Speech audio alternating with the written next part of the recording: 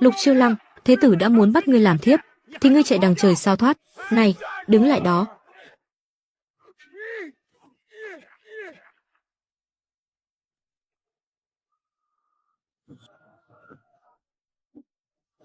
Ông trời khốn kiếp, bản tôn là huyền môn nữ tôn lừng lẫy đang độ kiếp, tự dưng bị một tia đánh cho hồn bay phách tán của một đứa con gái. Lục Chiêu Lăng này số khổ đã đành, vừa từ nông thôn trở về kinh thành bị gia đình bán cho thế tử ăn chơi chắc táng làm thiếp, may mà bản tôn chạy nhanh, chứ không là bị ép động phòng hoa trúc rồi. Thế tử Thanh Phúc hầu phủ nhà ta, chỉ đích danh nha đầu quê mùa này làm tiểu thiếp phòng thứ 18. Ai bắt được Lục Chiêu Lăng sẽ được thưởng 100 lượng bạc. Lũ vô liêm sỉ mà đòi bắt ta sao? Cho các ngươi tuyệt tử tuyệt tôn luôn đi.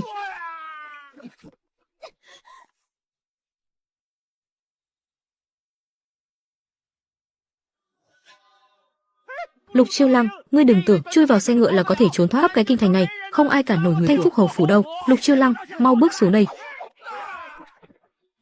To gan, dám cả gan làm kinh động đến xe giá của thân vương, muốn chết sao? Nô tài phương nào dám dùng roi đánh người của Thanh Phúc hầu phủ ta? Nô tài sao?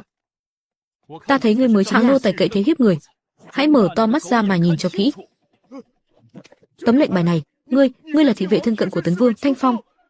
Vậy trên xe ngựa này chính là Tấn Vương. Đó chẳng phải vị ấu tử được Thái thượng hoàng sủng ái nhất, hoàng đệ ruột thịt của đương kim thánh thượng sao? Nữ nhân này vậy mà lại dám xe ngựa của Tấn Vương. Phen này mất mạng như chơi rồi.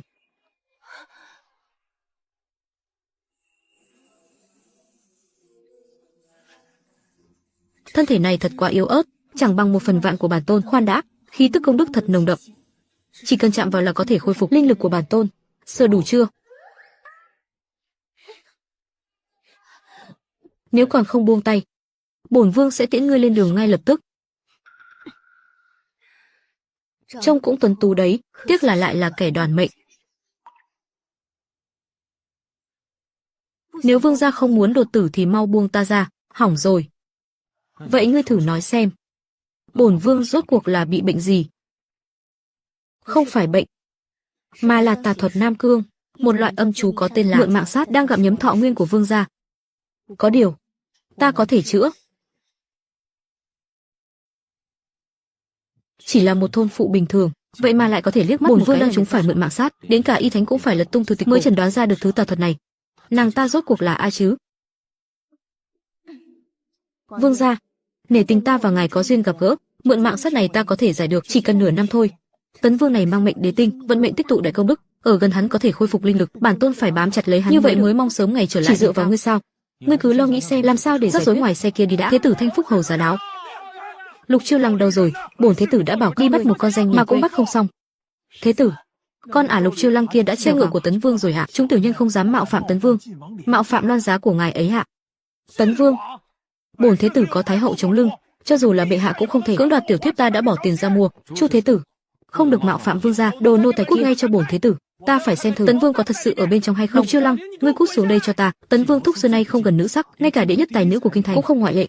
Làm sao có thể dung cho Lục Chiêu Lăng trèo lên xe ngựa? Chắc chắn là giả vờ rồi.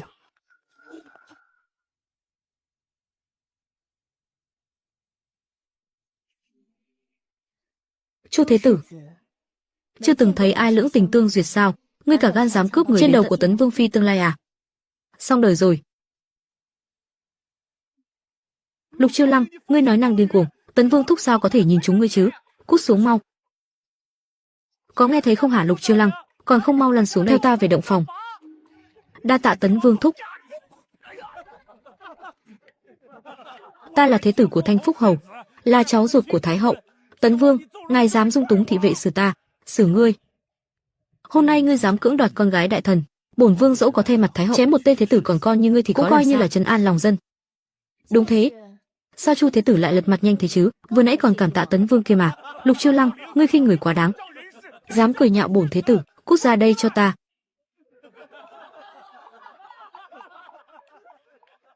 Thế tử, vì một đứa con gái đắc tội với Tấn Vương thật không đáng đâu ạ. Chúng ta cứ hẹn ngày khác đến Lục phủ đòi người đi ạ.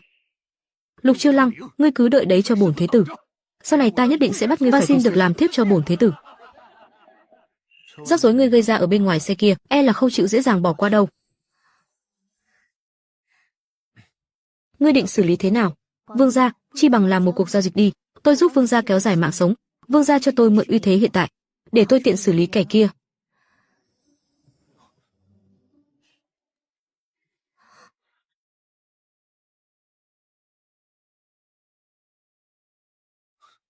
Mạch tượng yếu ớt thế này mà vẫn dáng gượng trêu chọc bổn vương xong mới chịu ngất sao? Vương gia, ngài vừa mới về kinh, còn phải vào cung diện thánh. Lục cô nương là nữ tử đang bị thương hôn mê, đi cùng thật không thích hợp. Thanh Phong, ngươi tới Lục phủ trước, đưa Lục Chiêu Lăng về đi. Rõ. Truyền cả phụ thái y tới Lục phủ đi. Lão gia, phu nhân không xong rồi, đại tiểu thư về phủ rồi, thật vô phép tắc. Ngươi gọi ai là đại tiểu thư hả? Lục Chiêu Vân ta mới là đại tiểu thư của phủ này. Cho dù Lục Chiêu Lăng có đến cũng chỉ là đứa em gái thứ của ta mà thôi. Nô tỳ biết lỗi rồi hả? Là nhị tiểu thư. Được Tấn Vương đưa về ạ. Hết. Lục Chiêu Lăng sao có thể mạng lớn quay về được chứ? Đã thế lại còn đi cùng với Tấn Vương nữa. Chẳng phải nó nên bị thế tử giày vò đến chết rồi sao? Ngươi không nghe thấy gì sao? Chính Tấn Vương đưa nó về đấy. Còn không mau theo cha ra nghênh đón Tấn Vương.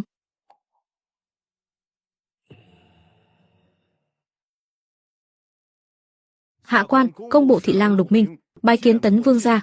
Bổn vương thấy Lục đại nhân nuôi dạy được một vị thiên kim có lá gan không hề nhỏ đâu. Tiểu nữ Chiêu Lăng tính tình thô thiển, nếu có lỡ mạo phạm đến ngài, mong vương gia rộng lượng xá tội. Không sao. Bổn vương đã lệnh cho đại phu trị thương cho Lục Chiêu Lăng rồi, trong lúc nàng ta chưa tỉnh lại, phiền Lục đại nhân chăm sóc cho thật tốt. Đa tạ vương gia đã thương xót tiểu nữ. Hạ quan nhất định sẽ chăm sóc chu đáo cho Chiêu Lăng.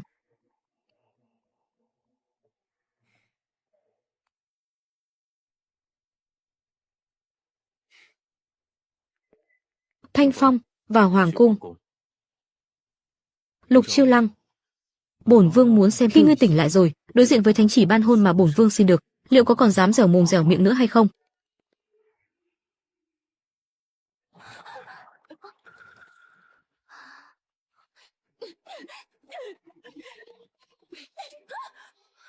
Lục Chiêu Lăng, cái đồ nhu nhược nhà ngươi, vừa mới ở quê về mà đã dám ra tay tát cả tỷ tỷ ngươi rồi cơ à? Ngươi xong đời rồi.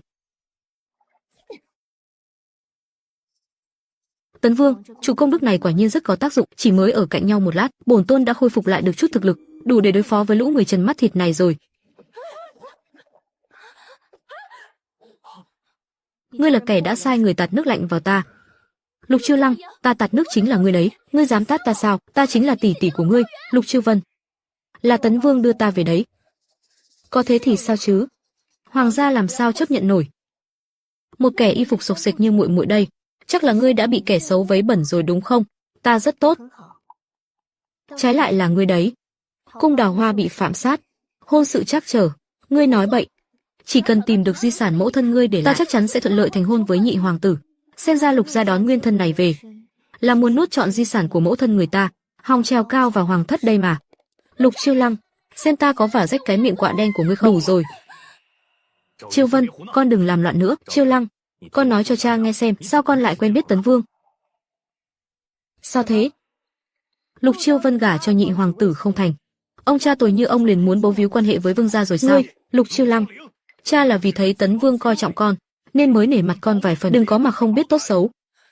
Đúng thế đó Chiêu Lăng, con gái ngoan của mẫu thân. Con đã bị người ta làm nhục rồi. Tấn Vương cũng chưa chắc đã thèm lấy con đâu, sau này còn làm sao bàn chuyện gả chồng được nữa. Nghiêm chú, khai.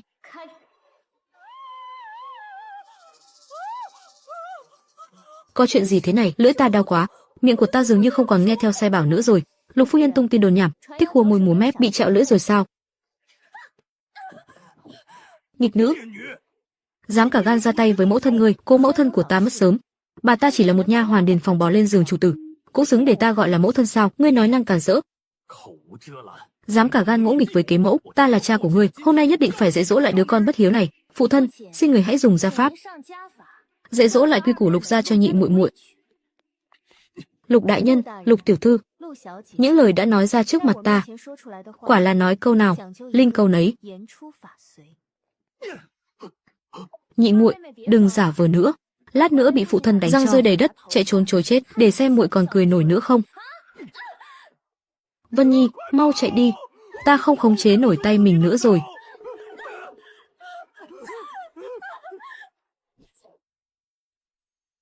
Phụ thân, xin đừng đánh con là Chiêu Vân mà. Các người mau cản phụ thân lại. Gia quy điều thứ nhất. Trên dưới, đích thứ có tôn ti rõ ràng. Kẻ nào bất kính với bề trên, phạt 10 trượng. Nương. Lúc này nương không cản cha lại, còn đọc gia quy làm cái gì cơ chứ? Lục Chiêu Vân, Không phải ngươi không chịu thừa nhận ta là đích trưởng nữ do nguyên phối của Lục phủ sinh ra sao? Cứ để Lục đại nhân đánh cho tới khi ngươi chịu nhận mới thôi. Đại tiểu thư, tỷ là tỷ tỷ của muội mà. Đích tỷ, mau bảo phụ thân đừng đánh nữa. Nhà họ Lục chỉ có thế này thôi sao? Bổn tôn còn tưởng lợi hại thế nào chứ? Ai đang thầm nhắc đến ta thế nhỉ? Chẳng lẽ là cái cuộc công đức di động Tấn Vương kia sao?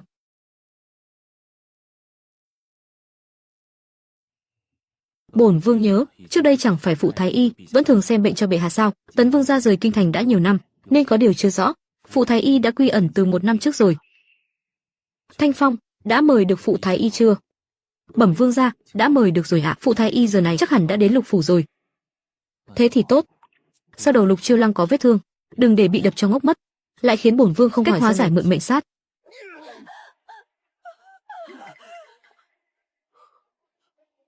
Lão gia, phụ thái y vâng mệnh Tấn Vương đến để trị thương cho Chiêu Lăng tiểu thư ạ. Phụ thái y, vị thánh thủ Ngự Tiền đã quy ẩn kia sao? Nửa năm trước, cháu ruột của thái hậu lâm bệnh nguy kịch. Dù bỏ ra ngàn vàng cũng không mời nổi ông ấy. Tấn Vương phải bỏ ra bao nhiêu mới mời nổi phó thái y? Chỉ để chữa trị cho Lục Chiêu Lăng, một con nhóc hoang dã đang nhảy nhót để trị thương cho nó sao? Tấn Vương phải bỏ ra bao nhiêu mới có thể mời nổi phó thái y? Chỉ để chữa trị cho Lục Chiêu Lăng, một con nhóc hoang dã đang nhảy nhót tưng bừng kia sao?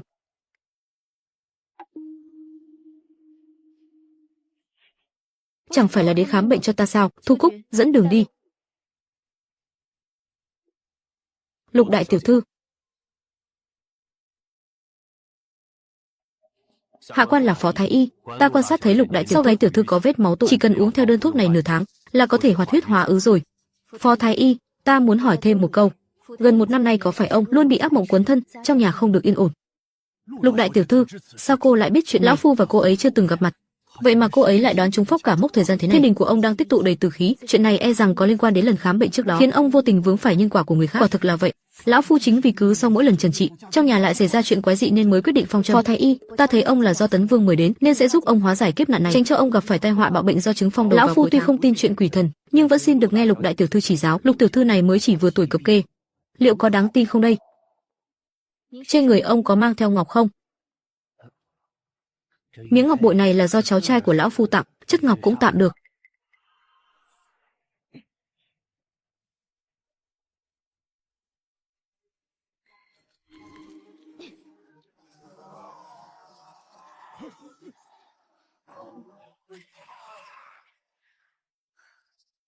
Thế gian này, quả thực có quỷ thần sao? Lục tiểu thư quả thực là tiên nhân hạ phàm, đã cứu mạng cả gia đình. Xin hãy nhận của lão phu một bái, nếu muốn báo đáp ta. Sau này nếu gặp chuyện kỳ lạ hay bệnh quái ác nào, đều hãy báo cho bổn tiểu thư. Dạ. Tuy không bằng trực tiếp hút công đức của Tấn Vương để hồi phục nhanh, nhưng giúp người ta giải tai họa cũng có thể tích lũy được chút công đức để khôi phục thực lực. Không xong rồi, khí tử vi suy tàn, là tướng đế vương băng hà, Tấn Vương mang mệnh cách đế tinh, e là sẽ bị liên lụy.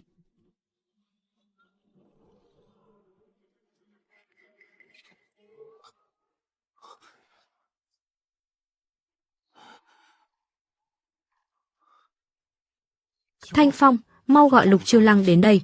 Hỏng rồi.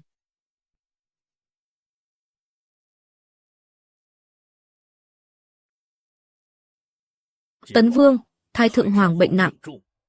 Sao lại chỉ có một mình ngươi túc trực ở đây? Chẳng lẽ chính ngươi đã hại Thái thượng hoàng? Phụ hoàng bệnh nguy kịch, trong tẩm cung lại không tìm nổi một cung nhân nào hầu hạ. Sao lại thành bổn vương chứng kiến sự bất hiếu của bệ hạ thế này? Tấn Vương nói có lý, trẫm biết rồi. Đệ cũng nên bảo trọng thân thể. Người đâu? Mời Tấn Vương về phủ nghỉ ngơi. Khoan đã. Tấn Vương vừa về kinh, Thái thượng hoàng liền bệnh nguy kịch. Bệ hạ, vẫn nên mời quốc sư đến xem thử, liệu Tấn Vương có xung khắc với long khí hay không? Ý của Thái hậu là bổn vương đã khắc chết phụ hoàng sao? Ồn ào cái gì chứ? Phụ hoàng, người cuối cùng cũng tỉnh rồi. A Duyệt, lão tổ tông báo mộng, long mạch đại chu đã đứt. Con đã hứa với ta phải bảo vệ tốt đại chu, cũng phải bảo toàn cho bản thân, sớm ngày thành hôn. Phụ hoàng, nhi thần không có ý định thành hôn, chỉ mong phụ hoàng sớm ngày hoàng đế. Con phải hứa với ta, tuyệt đối không được làm hại A Duyệt.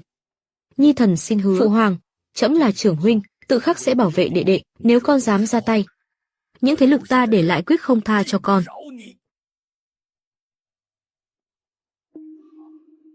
Ngự y mau cứu phụ hoàng của trẫm.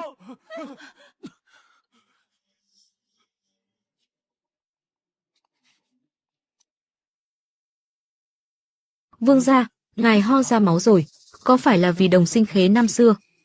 Phụ hoàng dùng long khí để kéo dài tàn mạng cho ta, còn ta thì gánh chịu mệnh sát thay cho người. Nhưng nay Thái Thượng Hoàng đại hạn đã đến. Vương gia, ngài cũng khó tránh may mà vẫn chưa kịp ban hôn, nếu không, Lục Chiêu Lăng vừa về kinh thành đã phải chịu cảnh quá buộc, chẳng phải là tội lỗi của bổn vương sao?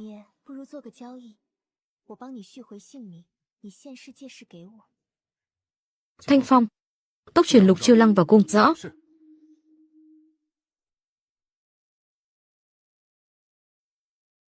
Lục tiểu thư, vương gia truyền lệnh mời cô vào cung.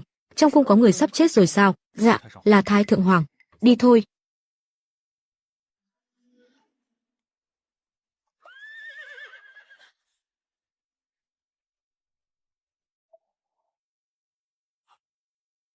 Người đâu rồi? Tai của ta vốn thính nhất nhì thiên hạ, vậy mà Lục tiểu thư lại có thể lặng lẽ biến mất không một tiếng động. Thế này thì vương gia phải làm sao bây giờ?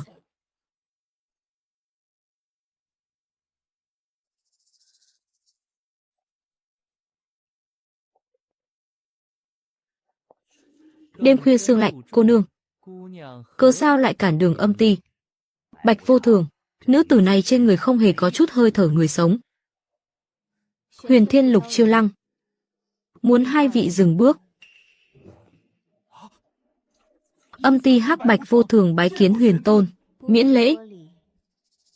Hôm nay ta muốn cải mệnh cho hai người ở cung Ninh Thọ. Cung Ninh Thọ.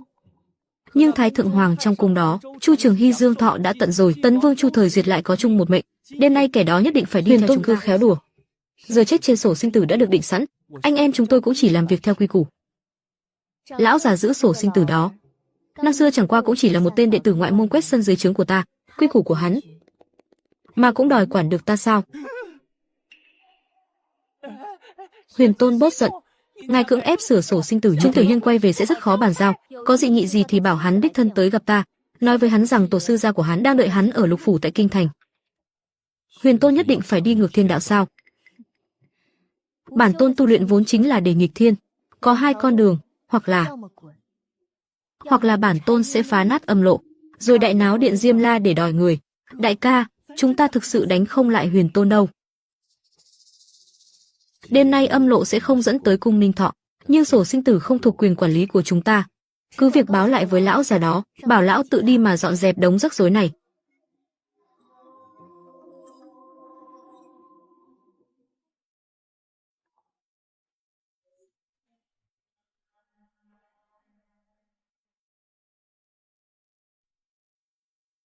Chúng thần vô năng. Bệnh tình của bệ hạ đã vô phương cứu chữa rồi.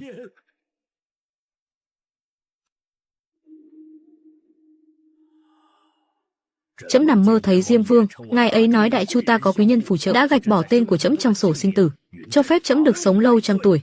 Thần tích giáng thế rồi. Trời cao phù hộ Đại Chu, bệ hạ phúc trạch thâm sâu, nhất định là nhờ liệt tổ liệt tông phù hộ. Phụ hoàng các nhân thiên tướng. Vậy chẳng phải trẫm chính là kẻ vĩnh viễn không có ngày tự mình nắm giữ một vị hoàng đế bù nhìn sao? Vương gia, thuộc hạ vô năng, để Lục tiểu thư chạy mất rồi. Không sao, bổn vương cũng đã hồi phục rồi, không ngờ dáng người nhỏ nhắn đó của nàng lại biết cả võ công. Tấn Vương đang lẩm bẩm nhắc đến ai thế? Trẫm cũng chẳng dễ chịu gì, ngươi cũng đừng hòng được yên ổn. Ai ra nghe thì đây là tên của một nữ tử, xem ra Tấn Vương cũng đã đến lúc phải thành thân rồi. Đây chính là cơ hội tốt để bổn cài cắm tai mắt. A Duyệt đã có nữ tử vừa mắt rồi sao? Thái Thượng Hoàng vừa gặp đại nạn này, cũng nên cưới hỏi để sung hỉ. Bệ hạ, viên gia thấy đích nữ của thẩm tướng là Tương Quân, ôn nhu hiền thục, rất xứng đôi với Tấn Vương, không cần. Bản vương phi Lục Chiêu Lăng của Lục gia thì không cưới.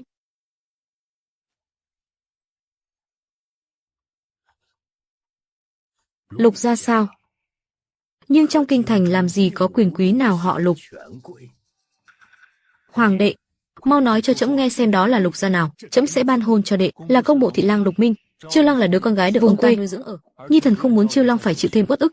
Đời này chỉ cưới duy nhất một người, con gái của một quan viên nhỏ, đã thế còn được nuôi dạy ở thôn quê. Không ngờ Chu Thời Duyệt lại là một kẻ si tình như vậy, tự mình chặt đứt sự trợ giúp từ nhà vợ. Việc ban hôn này, một là để từ chối việc thái hậu cài cắm tai mắt vào trong phủ của bản vương, hai là để lấy lại phần danh tiếng cho Lục Chiêu Lăng đã đánh mất vào ngày tiến kinh, cưới nàng ấy về, coi như nuôi một vị kỳ nhân dị sĩ trong vương phủ.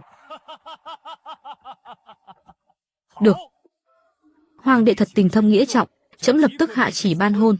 Mọi việc chuẩn bị thật nhanh rồi đến Lục phủ, không được phép nuốt lời đâu đấy. Lục Chiêu Lăng, cả thành này đều tận mắt thấy ngươi lao vào xe ngựa trong tình trạng y phục không chỉnh tề. Hôm nay ngươi nhất định phải cho bổn thế tử một lời giải thích. Nghe nói hồi ở dưới quê, vừa về kinh ngày đầu tiên đã thu hút Lục Chiêu Lăng, bổn thế tử có lòng tốt chi ra 3.000 lượng để thế mà lại là một kẻ. Hôm nay nếu không nghiệm thân tỏ tường, hầu phủ quyết không bỏ qua. 3.000 lượng, đủ để thế tử nhà ta mua được 10 cô nương trong trắng rồi. Một là trả tiền. Thế tử bớt giận, là do tiểu nữ Chiêu Lăng không hiểu. Hạ quan sẽ bảo nó nhận lỗi với ngài ngay đây, ngài đừng làm ầm lên như thế, khó coi lắm. Thế tử bớt giận. Chiêu Lăng ở dưới quê hoang dã quen rồi, thần phụ thấy thế tử nạp nó làm thiếp đã là phúc phận của nó rồi. Tỷ tỷ, thế tử đã mang sính lễ đến rồi, tỷ mau ra đây dập đầu một cái, chuyện này coi như xong đi. Lục Chiêu Lăng, ngươi còn chưa chịu ra đây sao? Tờ giấy bán thân này là do chính tay ngươi điểm chỉ. Hôm nay nếu không giao người, Thanh Phúc hầu phủ sẽ san phẳng Lục phủ của các người.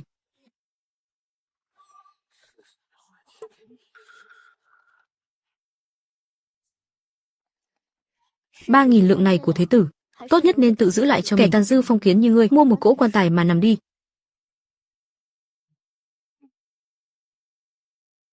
Làm cái trò mua bán nữ nhân bỉ ổi mà còn đòi hỏi người ta phải trong sạch sao? Chu Minh Hạo, chính ngươi mới là kẻ tàn ác bất nhân, chẳng ra cái thứ gì cả. Lục Chiêu Lăng, ngươi dám mắng ta là bổn thế tử bỏ tiền mua ngươi về làm thiếp thất thứ 18. Đúng là vô pháp vô thiên. Chiêu Lăng, con đừng nói bậy bạ nữa, ta thấy thế tử rộng lượng lắm rồi, dù có nghiệm thân xong vẫn bằng lòng nạp con làm thiếp, đừng có mà không biết điều. Tổ tiên nhà họ Lục đúng là tích đức lớn rồi, hết kẻ này đến kẻ khác cứ tranh nhau đòi khám xét ta. Chiêu Lăng, còn không mau quỳ xuống tạ tội với ta, chủ động dâng thân cho thế tử khám xét. Ngày mai có phải định kiểm kê luôn cả của hồi môn của nương ta không? Của hồi môn nương ta để lại, Lục gia các người đã nuốt trọn 10 năm rồi. Chiêu Lăng, ta là mệnh quan triều đình, lại thèm chút tiền tích góp đó của nương ngươi sao? Quan chức của cha chẳng phải cũng là nhờ nương ta bỏ tiền ra quyên góp mới có nói cản. Con đâu có nói sai. Các người vội vàng đem con bán cho thế tử, chẳng phải là sợ con lật tìm trong đống rồi lôi ra món bảo bối mà các người muốn sao? Tỷ hiểu lầm chúng muội rồi. Thế tử được thái hậu bảo lãnh, chính là vương pháp của kinh thành này. Đúng vậy. Chiêu Lăng, ngươi từ hôn là muốn liên lụy cả nhà bị chém đầu sao? Thái hậu bảo lãnh sao? Thái hậu còn quản được cả chuyện dưới âm phủ cơ à? Thế tử chi bằng nói rõ xem, dấu vân tay trên tờ khế ước này rốt cuộc là loại tà thuật gì? Ngươi nói bậy bạ gì đó?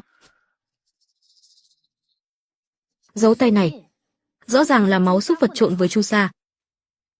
Chu Minh Hạo, ngươi dùng quỷ khế âm ti để lừa gạt người sống trên dương thế làm trâu làm ngựa cho ngươi, hóa ra là vậy. Tờ khế ước bán thân này là do thế tử làm giả sao?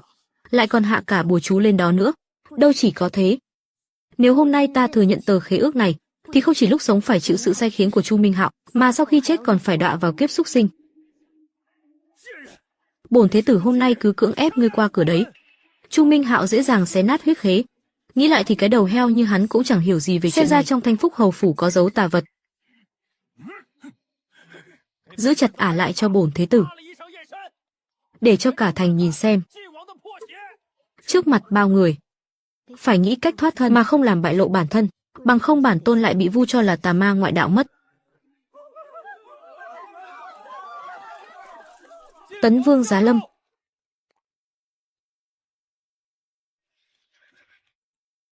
Kẻ nào dám nghiệm thân vương phi của bổn vương, có giỏi thì để bổn vương nghiệm thi thể của hắn trước.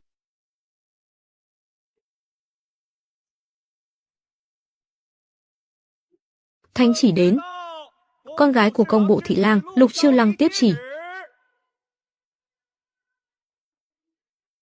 Phụng Thiên Thừa Vận, Hoàng đế chiếu viết, nay có con gái của công bộ Lục Minh là Lục Chiêu Lăng, thục thận ôn cung, nhàn vu lễ độ, đặc biệt ban hôn cho Tấn Vương làm chính phi, chọn ngày lành tháng tốt cử hành hôn lễ, bố cáo thiên hạ, để muôn dân đều tường tận, khâm thử.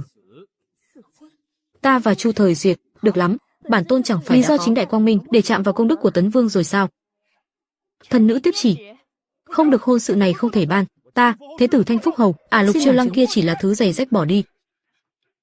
Tấn Vương điện hạ, là thế tử nói đùa thôi ạ. Tiểu nữ là khuê các thanh bạch, tuyệt đối không có chuyện đó. Chẳng phải vừa rồi Lục đại nhân còn Lục Chiêu Lăng chủ động nghiệm thân sao? Thánh thượng ban hôn.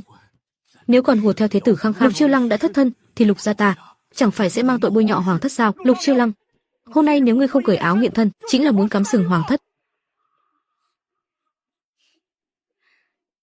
Vương gia, có kẻ đang ép vương phi tương lai của ngài phải cởi bỏ y phục trước mặt bàn dân thiên hạ, rõ ràng là không nể mặt ngài chút nào cả. Tấn Vương thúc, cháu chỉ là không muốn thúc cưới phải loại giày rách đã bị kẻ khác chơi chán chê thôi. Vương phi của bổn vương không đến lượt kẻ khác kiểm tra. Chu thế tử đã thích kiểm tra người khác như vậy, chi bằng hãy tự kiểm tra lại bản thân mình trước đi. Kiểm tra ta thì có gì phải kiểm tra chứ? Ta thấy rõ ràng là các người đang chột dạ thì có. Kẻ chột dạ là ngươi mới đúng. Chu Minh Hạo, ấn đường đen sạm, sơn căn đứt gãy, đuôi mắt hiện sắc xanh. Đây chính là dấu hiệu bị gặm nhấm tinh khí. Giả thần giả quỷ, sắp chết đến nơi rồi còn ngoan cố. Dạo gần đây, đêm nào cũng gặp ác mộng, luôn cảm thấy có một bàn tay sờ vào cổ mình đúng không? Sao ngươi biết được? Chưa hết đâu. Gần đây trên người ngươi còn vô cớ xuất hiện những vết cào đen tím, có rửa thế nào cũng không sạch.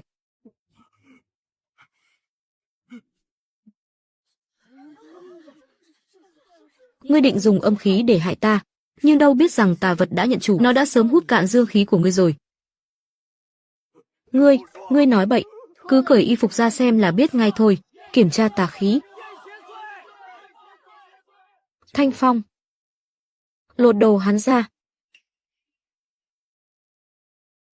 Các người dám? Ta là thế tử của Thanh Phúc Hầu, Thái hậu chính là cô ruột của ta. Các người dám động vào ta sao? Trời đất ơi, đúng là có vết cào thật kìa. Đáng sợ quá. Đây chắc chắn là bị tà ma cào trúng rồi. Thế tử cái nỗi gì chứ, chỉ là một kẻ bị tà thúy gặm sạch sẽ, đúng là đồ phế vật. Lục Chiêu Lăng, Chu Thời Duyệt, các người cứ đợi đấy. Cha ta và Thái hậu sẽ không dễ dàng tha cho các người đâu. Chiêu Lăng, đa tạ vương gia đã phối hợp. Chuyện ngày hôm nay, bổn vương thấy vương xử lý rất tốt. Giữ chọn thể diện cho vương phủ, tên Tấn Vương này tính toán cũng nhiều thật đấy. Muốn bàn chuyện ân nghĩa với bổn tôn sao? Định mua chuộc lòng người hà? Mơ đi, vương gia khách khí quá rồi. Thần nữ chỉ là đang tự bảo vệ bản thân, tiện thể giúp vương gia giải quyết một mối phiền toái thôi. Chúng ta giao dịch sòng phẳng, đôi bên không ai nợ ai. Lục Chiêu Lăng này cũng tinh danh thật, nhìn ra được việc bổn chính sách nhu hòa để kéo gần quan hệ. Nhưng nàng ta rõ ràng không giống tử bình thường khác. Sao ngày nào cũng cứ thích động tay động chân với bổn vương thế nhỉ?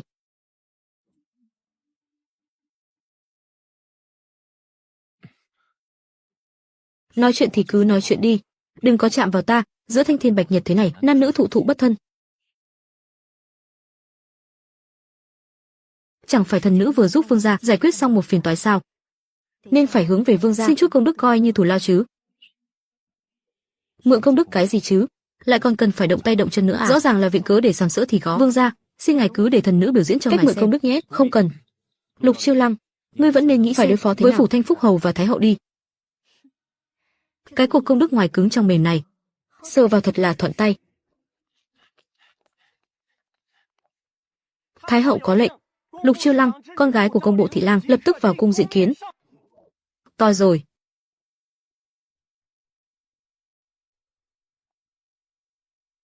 Nhi thần tham kiến mẫu hậu. Đây chính là Thái hậu sao? Nhìn khí sắc u ám giữa đôi mày lại còn bị tà khí bám thân, tà khí đã lan vào tận trong hoàng cung rồi. Hèn gì Tấn Vương lại bị trúng, mượn mệnh sát từ khi còn nhỏ, miễn lễ. Lục Chiêu Lăng, ai ra hỏi ngươi, ngươi có biết tội chưa? Ta có tội gì chứ? Ngươi dám sỉ nhục cháu quý của ai ra ngay trên phố, lại còn lột sạch y khiến nó bị bàn dân thiên hạ cười chê. Hạng nữ nhân đanh đá Trung Hoa như ngươi sao xứng làm Tấn Vương phi chứ? Tương Quân nói rất có lý. Nhà họ Viên cũng cảm thấy không ổn, nên thu hồi thánh chỉ ban hôn. Mẫu hậu, Nhi thần và Chiêu Lăng lưỡng tình tương duyệt, thánh chỉ ban hôn là do đích thân bệ hạ hạ xuống, sao có thể nói hủy là hủy được? Hơn nữa, chính Nhi thần đã sai người của Chu Minh Hạo. Tại sao lại hủy hôn với Chiêu Lăng? Lưỡng tình tương duyệt hả? Ta và Chu Thời Duyệt ấy hả? Chu Thời Duyệt vậy mà lại cái cả mẹ mình luôn kìa. Hoàng đế ban hôn là do một phút hồ đồ. Tấn Vương, ngươi cũng bị quỷ mê tâm khiếu rồi. Đích nữ nhà tể tướng như Tương Quân mới xứng đôi với hoàng gia. Ồ, nói năng nghe đường hoàng thế chứ, nhưng thực chất là đến vương gia nhà ta chứ gì. Vương gia, Chiêu Lăng kiếp này, ngoài người ra sẽ không gả cho ai khác. Rời xa Tấn Vương rồi, còn ai chịu dâng hiến không tiếc để ban phát công đức cho bổn tôn nữa chứ? Thật muốn vo tròn vị phúc chủ này lại, nhét vào túi thơm mang theo bên người, để đến lúc ngủ cũng tăng được tu vi. Không thể luống cuống vào lúc này, không thể để Thái hậu nảy sinh nghi ngờ, lần này nhất định phải củng cố danh tiếng trung tình của bổn vương, để đập tan mối hoài nghi của hoàng huynh, đồng thời từ chối cuộc hôn nhân mà Thái hậu ép buộc. Đúng thế, bổn vương kiếp này chỉ lấy một mình Chiêu Lăng. Thật là một cặp uyên ương khổ mệnh, nhưng đó là vì các ngươi còn quá trẻ. Lục Chiêu Lăng, ngươi hãy chủ động đệ tấu chương xin hủy hôn đi. Dựa vào cái gì chứ? Bằng việc ai ra sẽ phong ngươi làm quận chúa, ban thưởng thực ấp 1000 hộ, lại còn bảo đảm cho Lục gia của ngươi vinh hoa phú quý, bản thân được tự do tự tại, chẳng phải tốt hơn vạn lần việc phải bấu víu vào kẻ phong làm quận chúa, ban thưởng 1000 hộ.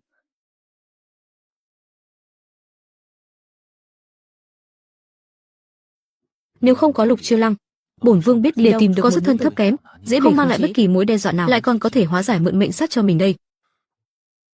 Không được, những gì Thái hậu có thể bổn vương sẽ cho nàng gấp trăm lần. Thôi xong.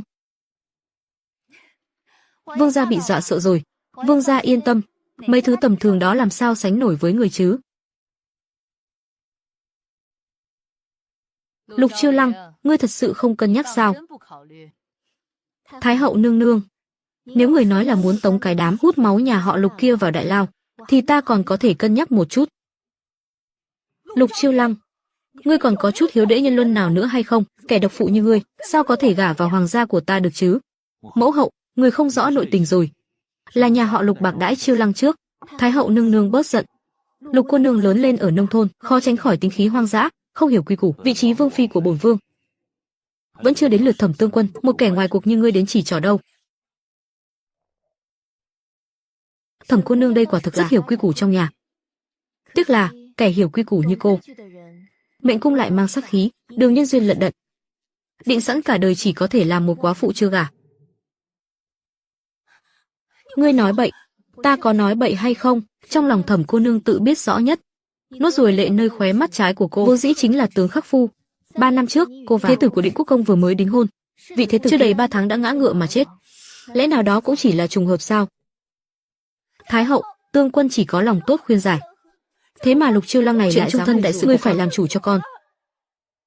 Lục Chiêu Lăng, ngươi bớt nói càn đi. Thôi bỏ đi, ngươi hãy tự mình dâng tấu xin hủy hôn. Ai ra sẽ bảo đảm cho ngươi cả đời vinh hoa phú quý. Không ngờ Lục Chiêu Lăng này lại còn hiểu cả huyền học nữa.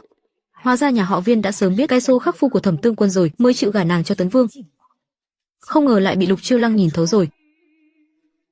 Không được, tuyệt đối không thể để cô ta nhiều lời thêm nữa. Thái hậu, thay vì đến mối nhân duyên của chúng con, chi bằng hãy quan tâm đến long thể của chính mình thì hơn.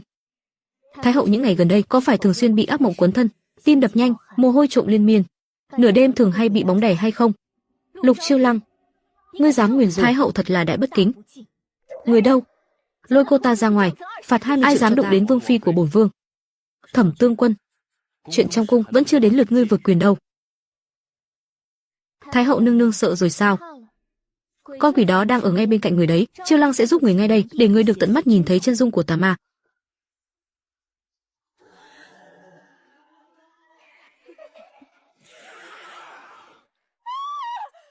À có ma, cứu giá, mau cứu ai ra. Ôi trời, Thái hậu ngất xỉu rồi, mau đi gọi thái y. Yêu nữ Lục Chiêu Lăng, chính yêu nữ này đã hại Thái hậu, Thái thượng hoàng giá đáo.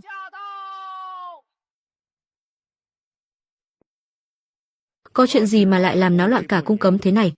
Thái hậu sao lại ngất xỉu rồi? Khởi bẩm Thái thượng hoàng, Thái hậu bị Lục Chiêu Lăng dùng mấy lời ma quỷ hù dọa đến mức ngất đi rồi ạ.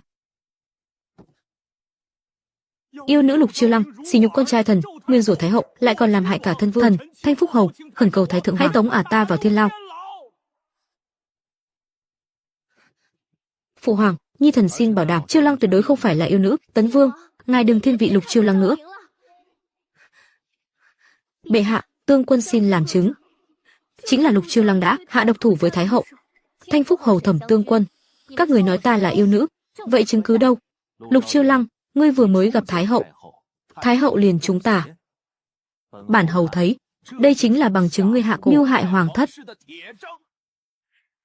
Vừa ăn cướp vừa la làng, luồng âm khí mà con trai ngươi dùng để hại người, đó chính là cổ độc nuôi bằng dầu, được luyện ra theo ghi chép trong cổ tịch. Ta thấy, ngay cả Thái hậu cũng là bị tiểu quỷ nuôi bằng cổ của ngươi hãm hại. Nói xuông không bằng chứng. Lục Chiêu Lăng, ngươi dám vu khống bản hầu? Lục Chiêu Lăng này tuổi còn nhỏ như thế, mà lại có thể nhìn thuật pháp của thiên sư mà hầu phủ mời về. Lục Chiêu Lăng, ngươi còn muốn chối cãi sao? Trên đời này làm gì có ma quỷ, rõ ràng là ngươi hạ cổ hại thái hậu. Lục Chiêu Lăng, lời này của ngươi có bằng chứng gì không?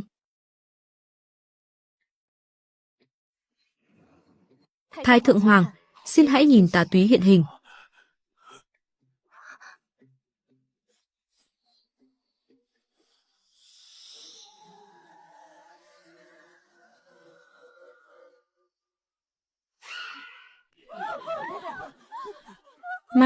Ma kìa a ha. Thẩm Tương Quân này thật không chịu nổi dọa, mới vừa giáp mặt với ma đã ngất xỉu rồi. Nhưng con nữ quỷ này, oán khí thật là nặng nề.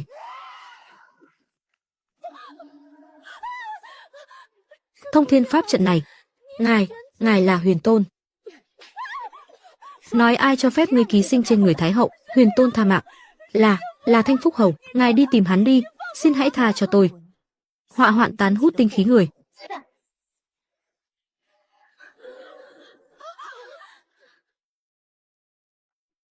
Nhà họ Viên vẫn còn sống, tốt quá rồi, đã lâu lắm rồi, tinh thần mới phấn chấn. Đây là vị thần y phương đã chữa khỏi bệnh cho ai ra vậy? Là ta. Lục Chiêu Lăng, sao lại là ngươi? Thái hậu nương nương, chính kẻ mà người coi thường nhất đã tự tay xua đuổi tà ma cho người đấy. Tà ma chính là thứ đè nặng trên vai ai ra, nữ quỷ đó sao? Kẻ nào dám hãm hại Thanh Phúc hầu? Thứ tà ma này chính là do người mà người coi trọng nhất, Thanh Phúc hầu đã đặc biệt mời về để hút cạn tinh khí của người đấy. Đây là vu oan giá họa. Chắc chắn là Lục Chiêu Lăng đã dùng yêu thuật để hãm hại bản hầu. Chứng cứ rành còn dám chối cãi sao? Thiên địa vô cực, chân ngôn chú. Sắc. Là ta làm. Ta đã mời thiên sư Nam Cương. Ta còn muốn lột ra Lục Chiêu Lăng ngươi để đem cho tiểu quỷ ăn. Đáng chết, mau cầm miệng, đừng nói nữa, hỗn trướng.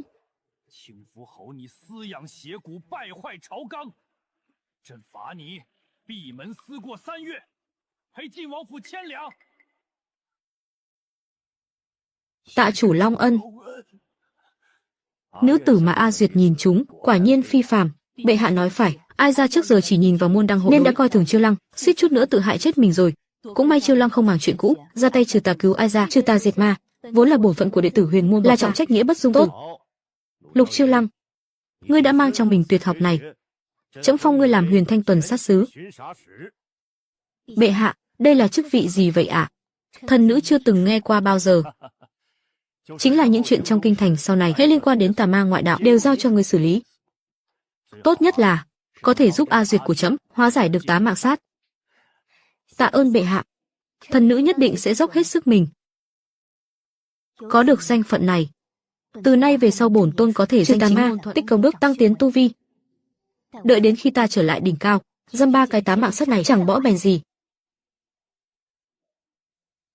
Chiêu Lăng, ai ra vẫn còn một chuyện chưa rõ, muốn hỏi thêm vài câu.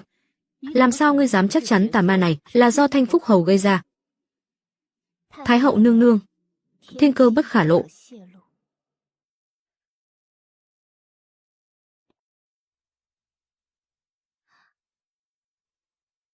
Đa tạ vương gia đã đưa cho chiếc bình thi dầu của Thanh Phúc hầu phủ, thần nữ mới có thể tìm ra hung thủ thực sự. Thanh Phúc hầu.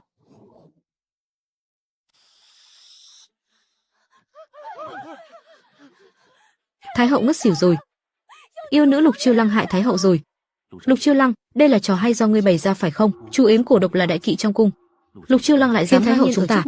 Chuyện này bảo bổn vương phải bao che cho nàng thế nào đây? Nếu quả thật là do thần nữ làm, vương gia có hủy hôn để tự bảo toàn thân mình không? Bổn vương chỉ ngươi đã hành sự mất chừng mực, lần sau phải chú ý hơn. Nói dối. Nhưng những lời Chu Thời Duyệt này nói lại có vài phần chân tình. Vương gia yên tâm, không phải do tôi làm. Thái hậu là do tiếp xúc với tiểu quỷ lâu ngày, kẻ nuôi dưỡng mới bị tà khí xâm nhập tâm trí. Vậy có khả năng là Thanh Phúc hầu. Thái hậu vốn thân cận nhất với gia tộc này. Thanh Phong cũng dò hỏi từ chỗ Thanh Phúc hầu, tìm được chiếc lọ lai lịch bất này. Bên trong chiếc lọ này là thi dầu dùng để luyện tiểu quỷ. Vậy việc Thái hậu chúng ta chắc chắn là do Thanh Phúc hầu làm rồi. Nhưng mà sao vương gia lại điều tra Thanh Phúc hầu phủ vậy? Bổn vương thấy thế tử nhà Chu Minh Hạo bị tà ma đeo bám, sợ hầu phủ sẽ gây họa cho kinh thành. Tôi cứ nghĩ vương gia là vì chướng mắt chuyện hắn lấy để dẫn đạp lên thể diện của vương phủ, nên mới muốn trị tội để chút giận chứ. Nói thế thì cũng không sai. Đa tạ vương gia đã đưa lọ thi giờ và chỉ ra kẻ đứng sau là hai lá bùa này, coi như là thù lao của tôi. Bổn vương không thiếu bùa. Vậy vương gia thiếu cái gì? Tạm thời không thiếu thứ gì. Người này miệng thì nói thu phí, nhưng đến sổ nợ cũng không chịu đưa ra, bùa không nhận, tiền bạc cũng không thu. Chẳng lẽ thật sự muốn lấy người luôn sao? Mặc kệ đi, công đức cứ nhận, bùa cứ vẽ, cùng lắm thì cứ ghi vào sổ nợ, đợi đến ngày hắn mở miệng rồi tính tiếp.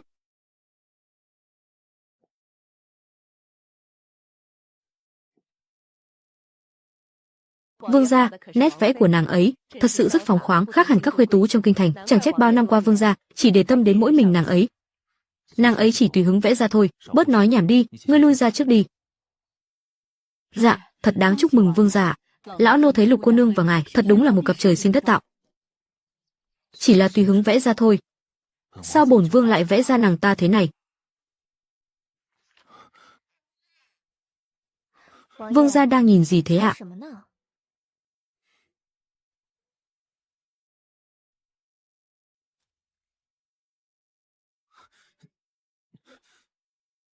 Lục Chiêu Lăng, ngươi mang danh là tiểu thư khuê các, sao lại làm cái trò nhìn sự chẳng khác nào kẻ trộm lẻn vào nhà?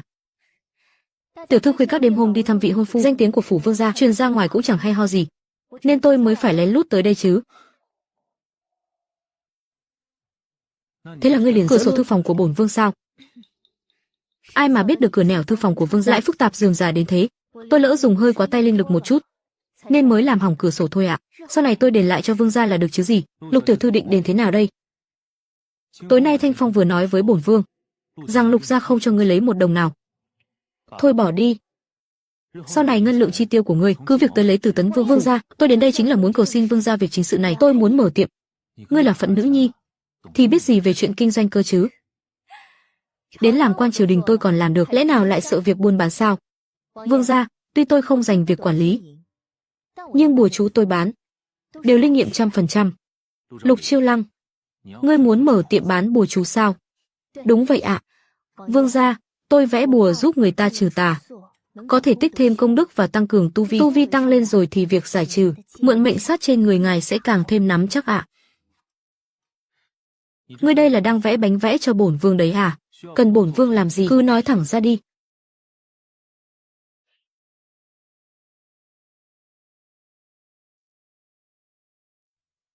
Nàng ta đã có thể tìm kiếm công đức từ nơi khác rồi, thế thì làm sao còn quấy rầy bổn vương được nữa chứ? Chắc là không đâu.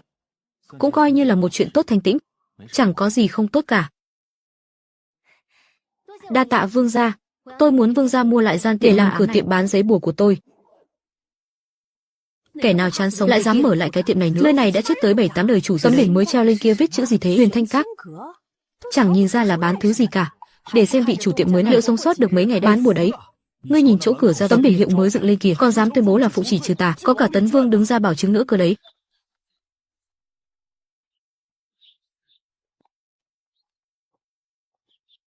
Ngươi cũng khéo lôi kéo khách đấy, dám lôi cả bổn vương vào ra làm bảng hiệu cho mình. Đúng thế ạ.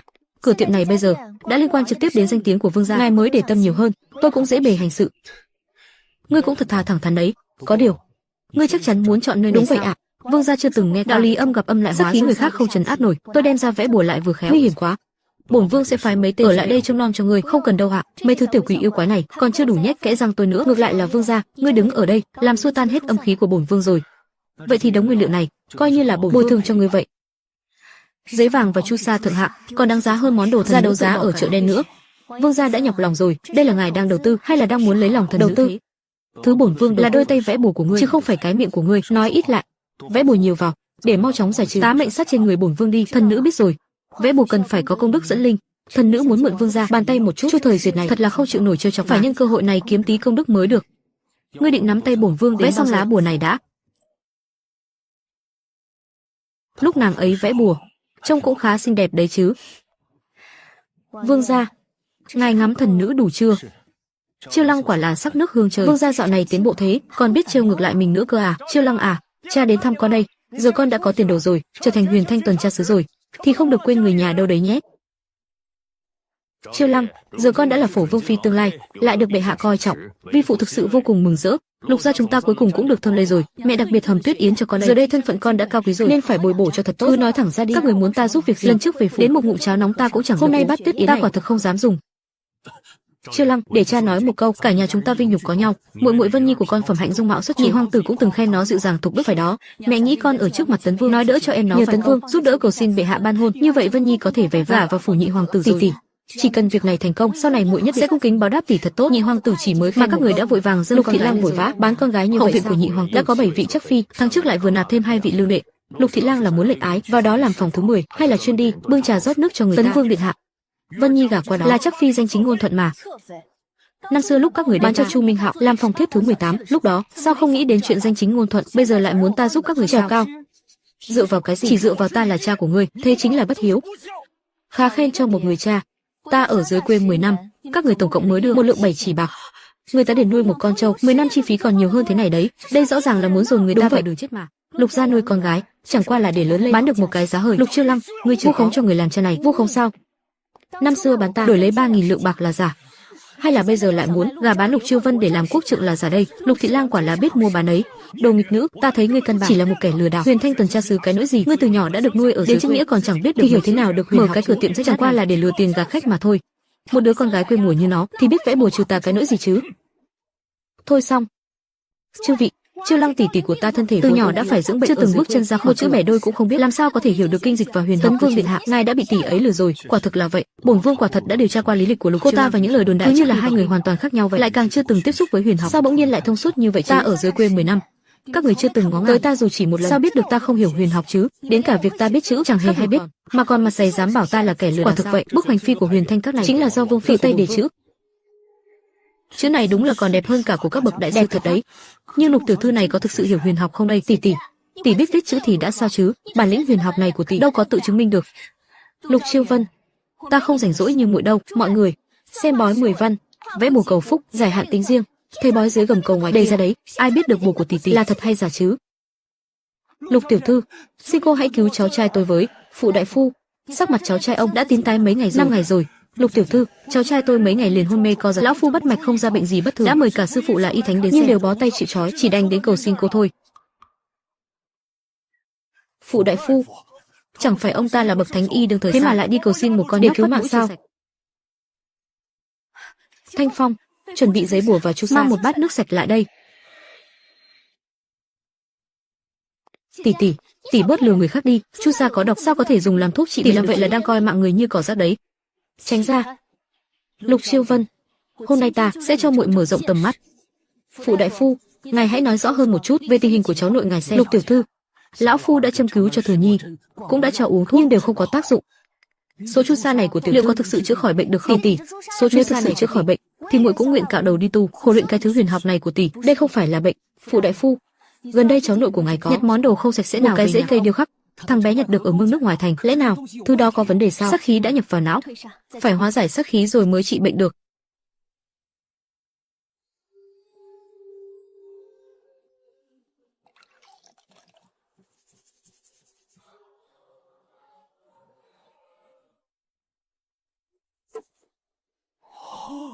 Thần kỳ quá đi mất, đúng là hoạt thần tiên tài thế mà. Vừa rồi kẻ nào Lục tiểu thư là kẻ lừa đảo thế nhỉ? Giờ thì bị vả cho vêu mồm rồi kìa. Chuyện này sao có thể chứ? Bọn họ chắc chắn là đồng bọn do nhưng đó là phụ đại phu, hóa ra cũng chỉ là kẻ dễ bị Lục nhị tiểu thư này. Đúng là khiến người ta cười rụng răng mà. Chiêu Vân, mau theo cha về nhà, đừng ở đây làm trò xấu mặt nữa.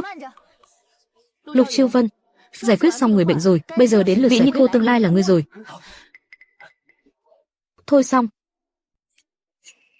Tỷ cầm kéo làm gì thế? Mẹ, cứu con với. Lục Chiêu Lăng, ngươi dám động vào một sợi tóc của Vân Nhi, ta sẽ lên phủ Thuận Thiên kiện ngươi. Kiện ta tội gì? Cưỡng ép ái nữ của ngài cạo đầu đi tu sao? Lục Chiêu Vân, ngươi tự mình lập lời thề. Ở đây ít nhất cũng có 200 người, nghe rõ mồn một.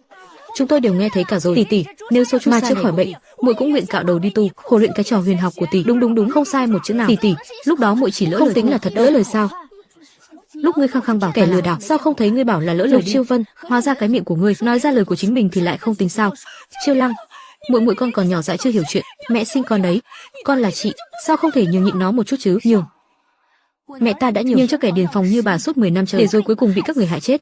Ta cũng bị tống khứ về vùng quê hẻo lánh. Giờ đây, dựa vào cái gì mà bắt ta phải như ngươi? Đúng là nghịch thật bất hiếu, làm gì có cái đạo lý lại ép muội muội phải xuống tóc đi tu cơ chứ? Nhưng trên đời này cha mẹ lại đem chỉ để đổi lấy 3.000 lượng bạc cả. Lục Thị Lang, nếu ông muốn lên Thuận Thiên phủ ta sẵn sàng hầu tòa đến sẵn tiện đem cả khế ước bản thân kia ra, nói cho rõ trắng đen. Lục Minh, ngươi dám cả gan vu khống vương phi của bổn vương mà còn mơ tưởng có thể dễ dàng chạy thoát? Là ngươi muốn ngồi tù hay là muốn con gái ngươi xuống tóc? Nghĩ cho kỹ đi. Vương gia bớt giận, tiểu nữ Chiêu Vân biết tội rồi, nguyện giữ đúng lời hứa. Chiêu Vân, muội nói muốn khổ luyện huyền học của ta sao? Vậy thì hôm nay tỷ tỷ sẽ thành toàn cho muội. Tóc của tôi, ôi tóc của tôi, thật là tạo nghiệp mà. Được rồi, Lục Chiêu Lăng, ngươi cắt tóc cho ta thế này, xấu xí hơn cả chó gặm nữa, chẳng phải đã bảo là xuống tóc đi tu sao? Nico thì phải cạo chọc lóc chứ, ta mới chỉ hạ có 3 nhát kéo, thế này là đã nể chị em lắm rồi đấy. Hôm nay Huyền Thanh Các đóng cửa, phụ đại phu, ngài còn việc gì nữa sao? Lục tiểu thư, ơn cứu mạng này của ngài, lão già này, nguyện khắc cốt ghi tâm, cả đời phụ đại phu khách sáo rồi, xem tướng 10 văn, nước bùa tính riêng 50 văn, tổng cộng là 60 văn. Hết rồi. 60 văn. Mấy gã thầy bói mù dưới chân cũng phải lấy đến 200 văn rồi. Đây đâu chỉ là thần tiên, rõ ràng là Bồ Tát sống mà. Lục tiểu thư, thế này ít quá, xin ngài hãy nhận lấy số bạc này, quy củ vẫn là quy củ. Thanh Phong, thu tiền. Vương phi của bổn vương kiếm được một ngày, còn chẳng bằng kẻ bán hoành thánh đầu đường, ta thích thế đấy. Phụ tiểu thiếu gia sao lại ngồi ngây ra thế? Có phải bị chóng mặt không? Ta không sao, hoàn toàn không sao cả. Dám hỏi quý danh của cô nương là gì? Đứa cháu này của lão từ nhỏ đã lắm lời, đây là lần đầu nói chuyện trước mặt cô nương nên mới líu cả lưỡi thế kia, thật xấu hổ. Thằng nhóc này không phải đầu óc bị di chứng gì đâu, mà là đang động lòng xuân của thiếu niên đấy thôi. Đa tạ đại ân cứu mạng của Lục tiểu thư.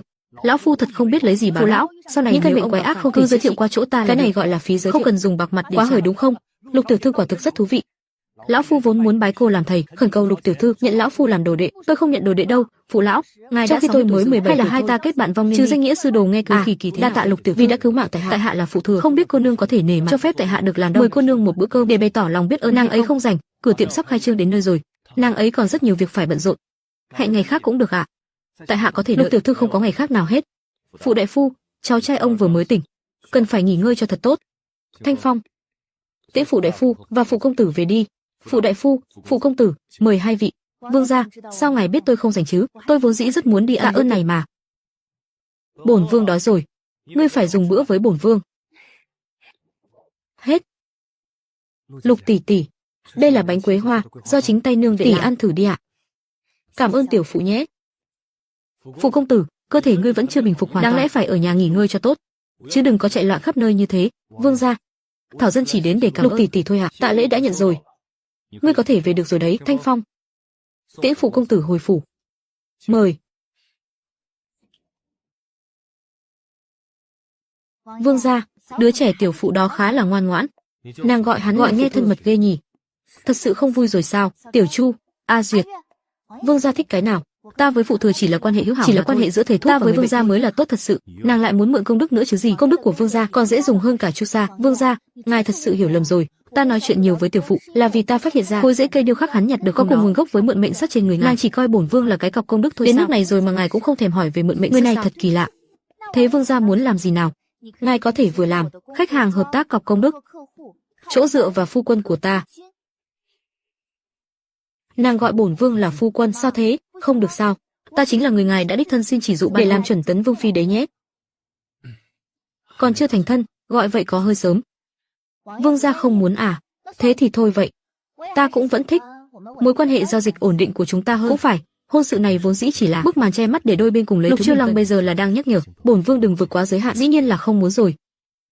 Cái người này, miệng thì nói không muốn nhưng tay thì lại rất thành thật, chẳng thèm né tránh hay dễ dụ. Cứ để mặc cho ta lấy công đức, thật thú vị. Vương gia, cuối cùng ngài cũng tới rồi. Không đúng, Thanh Phong, sao lại là ngươi? Lục tiểu thư, vương gia dạo này bận trăm công nên không thể đến được. Gần đây trong kinh thành đâu có chuyện gì xảy ra đâu. Tên Chu Thời Duyệt rõ ràng là đang trốn tránh ta. Thế chủ tử nhà ngươi sai ngươi đến đây, có lời gì muốn nhắn lại không? Lục tiểu thư, ngày mai ngài có định đi dự hội luận tỷ tỷ? Trường Ninh quận chúa đã gửi thiệp mời rồi, mời tất cả các quý nữ trong kinh thành tham gia hội luận kinh ngày mai đấy. Đọc sách đàm đạo thì có gì thú vị chứ? Nhưng tỷ tỷ bây giờ là tấn vương phi tương lai, lại còn là tuần sát sứ Huyền Thanh, không thể không đi đâu đấy nhé, bằng không người ta lại nói tỷ đang ra vẻ ta đây đấy. Ta đi. Thẩm Tương Quân và Lục Chiêu Vân bắt tay bày ra cái bẫy này, ta phải xem thử bọn họ có thể giở trò mèo gì đây. Dạ phải. Hôm nay Lục Chiêu Vân là để đưa thiệp mời. Ta định sẽ đi. Vương gia dặn thuộc hạ báo cho Lục tiểu thư biết tại hội luận kinh ngày mai, ba người là Trường Ninh quận chúa, Lục và Thẩm Tương Quân sẽ cùng bắt tay nhau, định làm khó ngài đế hạ. Tại buổi tiệc, xin ngài hãy cẩn thận chuyện ăn uống. Về bảo với vương gia nhà các ngươi, tin tức này rất đáng tiền, ta sẽ ghi vào sổ nợ, lãi suất vẫn tính thuộc hạ rõ rồi hạ. Vương gia, Lục tiểu thư đã nhận tờ giấy rồi hạ. Nàng ấy bảo tin tức này lãi suất vẫn tính như cũ ạ. Nàng ta cũng biết tính toán thật đấy. Nhớ đi, cứ nhớ thật nhiều vào, rồi nàng sẽ chẳng thể rời xa Bổn Vương được nữa đâu. Vương gia, ngài là đang muốn Lục tiểu thư chủ động tìm ngài sao? Xin thứ cho thuộc hạ nói thẳng, trong dáng vẻ của Lục tiểu thư e là không nhìn ra tâm tư của ngài đâu. Thanh Phong, vậy ngươi nói xem Bổn Vương nên làm thế nào? Thuộc hạ cũng không biết nữa, nhưng chuyện nam nữ thế này vẫn nên là phía nam chủ động thì hơn. Thuộc hạ thấy hôm nay ở cửa tiệm của Lục tiểu thư, vị tiểu phụ y sư tỏ ra rất ân cần chăm chỉ. Phụ thừa sao? Bổn Vương suýt nữa kẻ thích thừa cơ chen chân vào này, không được, tuyệt đối không thể để hắn thừa cơ tiếp cận nàng. Cuối cùng cũng ra được rồi. Cái buổi luận kinh này thật đúng là vừa dài vừa chán ngắt. Chu Thời Duyệt sao lại tới đây chứ? Vương gia đang đợi mình sao? Ồ, người bận rộn nhiều công việc quan trọng như nàng, cuối cùng cũng chịu lộ diện rồi sao? Bổn Vương là đang đợi Thanh Phong báo cáo. Vậy Thanh Phong đã báo cáo chưa? Chưa. Thanh Phong sớm đã về rồi. Người ngài đang đợi, rõ ràng là thần nữ. Vương gia không định về sao? Bổn Vương đợi kể xong chi tiết của buổi luận kinh đã. Vương gia thực sự muốn nghe sao? Không muốn. Nhưng bổn Vương muốn biết nàng có chịu thiệt thòi gì không thôi. Không chịu thiệt đâu ạ. Có thông tin của Vương gia, thần nữ từ khắc đã có sự chuẩn bị, lại còn được xem một vở kịch hay nữa chứ. Chiêu Lăng tỷ tỷ, mời tỷ dùng trà. Muội muội bận rộn lo liệu luận kinh hội, là người vất vả nhất. Chén trà này, lý ra muội nên uống trước mới phải. Tỷ tỷ là khách. Muội không dám. Muội định không nể mặt ta sao? Hay là trong chén trà này có nên mới không dám uống?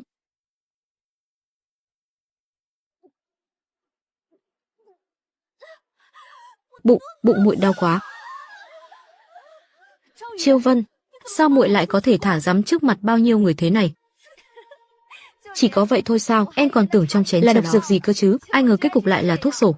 Ngài không biết sắc mặt của Lục Chiêu Vân đặc sắc thế nào đâu. Nàng không sao là tốt rồi. Lần tới, bổn Vương sẽ tự tay đưa tin tức có giá trị hơn, bổn Vương có ích hơn. Tên nhóc phụ thừa kia nhiều. Nhắc đến tin tức, em lại nghe được một chuyện khá thú vị ở luận kinh hội. Còn đây thử thách hơn cả. Mấy trò vặt vãnh của Lục Chiêu Vân, sao không thấy Lâm Yên Nhiên nhà hộ bộ thượng thư đâu nhỉ? Nàng còn chưa biết sao? Cô ta mắc phải một căn bệnh quái lạ, hai mắt đỏ ngầu, hễ thấy người là cắn. Hộ bộ thượng thư đang sầu nát cả lòng kìa. Nàng có biết Lâm Yên Nhiên bị trúng tà gì không? Chưa gặp tận mắt thì em không dám chắc, nhưng có một điều em có thể khẳng định. Triệu chứng này trông rất giống loại thuật pháp cùng nguồn gốc với mượn chính là hoán hồn chú thuật của Nam Cương. Lại là Nam Cương sao? Nhiều năm trước, tiên hoàng từng ngự giá chinh phạt Cương nơi biên cương, nơi đó sớm đã bị diệt vong, chỉ còn lại những bộ tộc lạc hậu. Nhìn tình hình hiện tại, chiêu thức của Nam Cương vẫn còn, thậm chí còn lẻn vào kinh thành để gây họa. Thưa Vương gia, đây chính là manh mối, chúng ta cứ lần theo manh mối từ có lẽ sẽ tìm kẻ chủ mưu đứng sau tà thuật mượn mệnh sát. Lục tiên sinh, cầu xin ngài cứu lấy con gái tôi. Yên Nhiên, các danh y trong kinh thành đều nói con bé vô phương cứu chữa rồi.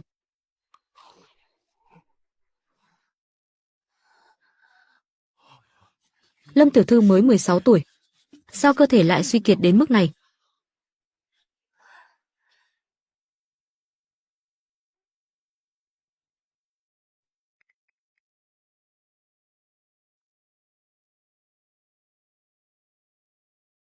Đây không phải là bệnh tật thông thường, mà là có kẻ cố tình hạ độc, độc tính chạy thẳng vào huyết mạch. Chỉ trong một đêm đã vắt kiệt một nửa sinh khí của cô ấy. Hạ độc sao? Sao lại như vậy được? Độc này phát tác cực nhanh. Cứ trì hoãn thêm một canh giờ, cơ thể cô ấy lại suy yếu thêm một phần. Đất đỏ này vốn để chấn địa ở Bạch Trấn, kẻ hạ độc đã dùng nó để chấn mệnh. Chỉ cần có thể cứu sống Yên Nhiên, Lâm mỗ tôi dù có phải khuynh ra bại sản cũng tuyệt đối không tiếc. Cách phối chế độc này vô cùng lắt léo, tôi cần một đêm để nghiên cứu độc lý mới mong chế ra thuốc giải. Mọi người hãy trông chừng cô ấy thật kỹ, tuyệt đối không được chạm vào bất cứ từ hương nến cho đến đồ đạc.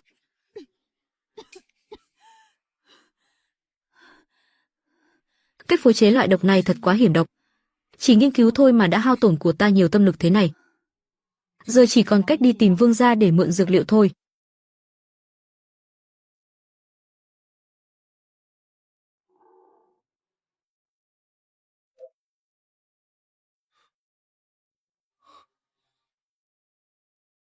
Sao ngươi lại để hao mòn đến mức này? Phương thuốc hạ độc đó vô cùng hiểm hóc. Tôi cần mượn của vương phủ cây nhân sâm trăm năm để giữ mạng cho Lâm tiểu thư. Ngoài ra, kẻ hạ độc đang trốn ở trấn Bạch Thành. Phải mau chóng truy tìm, không ngờ trong dân gian lại có thủ pháp chế độc hiểm độc như vậy, lại còn cùng nguồn gốc với độc cũ của Vương gia. Tôi nhất định phải điều tra rõ ngọn ngành.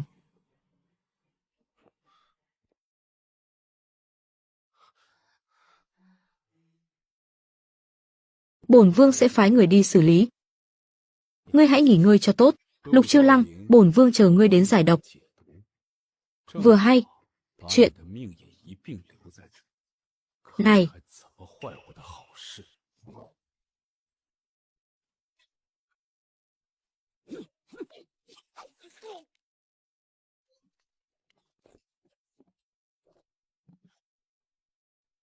Dùng mấy trò giả thần giả để che mắt thiên hạ. Thành công rồi. Vương gia, tôi lợi hại chứ? Ngươi đi chậm chút, đừng vội. Khởi bẩm vương gia, tin tức từ trấn Bạch Thành, kẻ thi thuật đã bị phản phệ mà chết. Thuộc hạ đã lục soát nhà hắn, sách bùa chú tà môn, xác cổ trùng và cả một bức mật thư. Trên đó là bút tích của Thanh Phúc Hầu. Để bổn vương xem. Ngươi cứ nghỉ ngơi trước đi, chuyện này cứ để bổn vương xử lý. Công đức hôm nay vương gia mượn, tôi ghi vào sổ nợ rồi đấy. Bổn vương đã không cần trả. Thế không được, tôi chưa từng nợ ân tình của ai, ghi nợ cũng được. Nhưng lãi suất phải thu bằng cách khác. Cách gì cơ? Trên miệng tôi đâu có dính gì đâu. Sao vương gia cứ nhìn chằm chằm thế? Sau này hãy nói. Vương gia, ngài đã 2 ngày 1 đêm chưa hề chợp mắt rồi, cứ tiếp tục thế này, chưa đợi Lục tiểu thư xuất qua, ngài đã gục ngã. Không cần, nàng ở bên trong vẽ bùa, không thể bị làm phiền. Nhưng nếu Lục tiểu thư biết ngài thế này, đừng nói cho nàng biết. Cẩn thận, vương gia, sao ngài vẫn còn ở đây? Râu ria ra cả rồi kìa. Ta sợ ngươi vẽ được lại tẩu hỏa nhập ma, không có ai giải chú cho bổn vương. Nhờ hồng phúc của vương gia, bùa vẽ xong rồi. Lâm Yên Nhiên có thể sống rồi. Đi nào, ta đi cùng ngài đến Lâm phủ.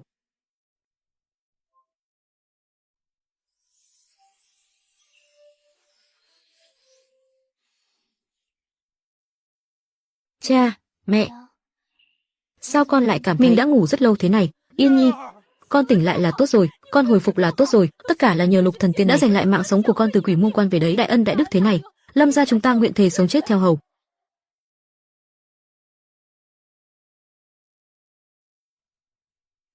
Lục Chiêu Lăng, đừng ngủ nữa, vương gia, cho ta tựa một lát, mệt thì chợp mắt một lát đi.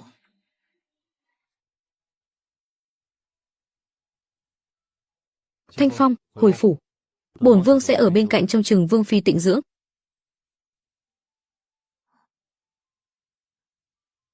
Lục tiểu thư tỉnh rồi hả? Vương gia đã dặn dò, muốn ngài cứ ở lại dưỡng sức cho thật tốt. Đống đồ vẽ bùa đều đã được chuẩn bị đầy đủ rồi. Chính viện, chẳng phải đó là nơi ở của đây là viện tử dùng để nghỉ ngơi. Vương gia đã dặn rồi, Lục tiểu thư, người là vương phi tương lai, ở lại chính viện là điều đương nhiên hạ. Chu Thời Duyệt thế này là coi hôn sự này là thật rồi, chẳng lẽ hắn đã động lòng thật rồi chứ? Được rồi, ta ra ngoài đi dạo một chút.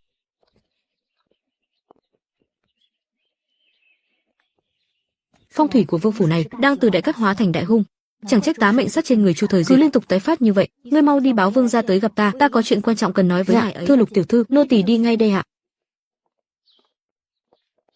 Lục Chiêu Lăng, nàng gọi bổn vương tới đây là vì phát hiện ra vương phủ có vấn đề gì rồi sao?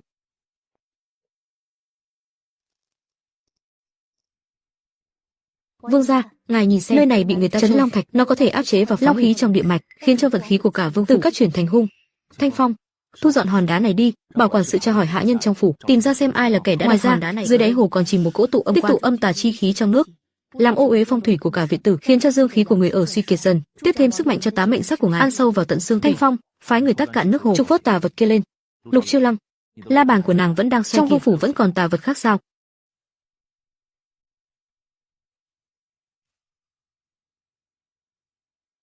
Nó đang tìm trận nhãn nằm ở trong thiên viện.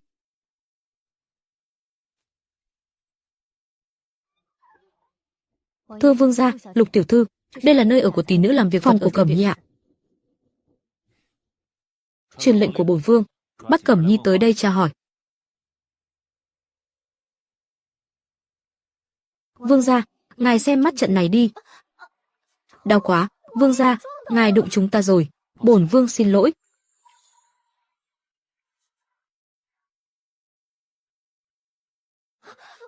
Cẩn thận kẻo ngã.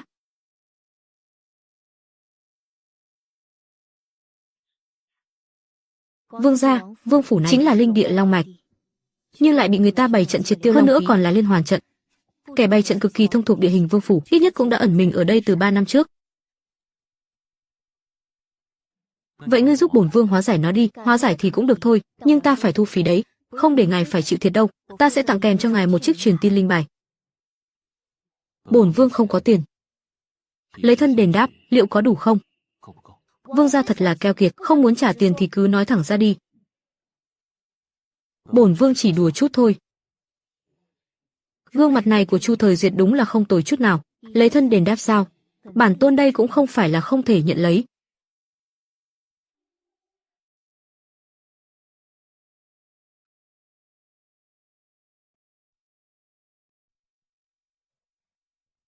Vương gia, miếng ngọc bội này của Cẩm Nhi có đường vân giống hệt với đổi mệnh phù của Lâm Yên Nhiên.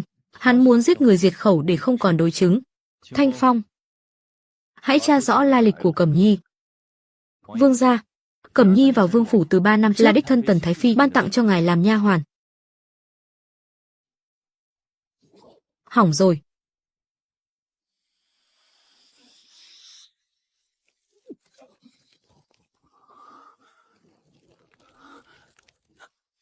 Tá mệnh sát, sao lại đột ngột phát tác thế này?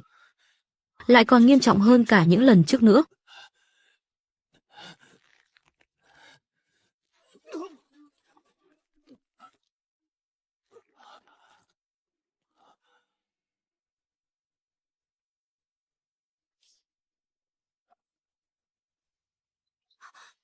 Không xong rồi, trận pháp đang bị phản phệ, thế này chắc chắn khiến Chu Thời Duyệt gặp nguy hiểm.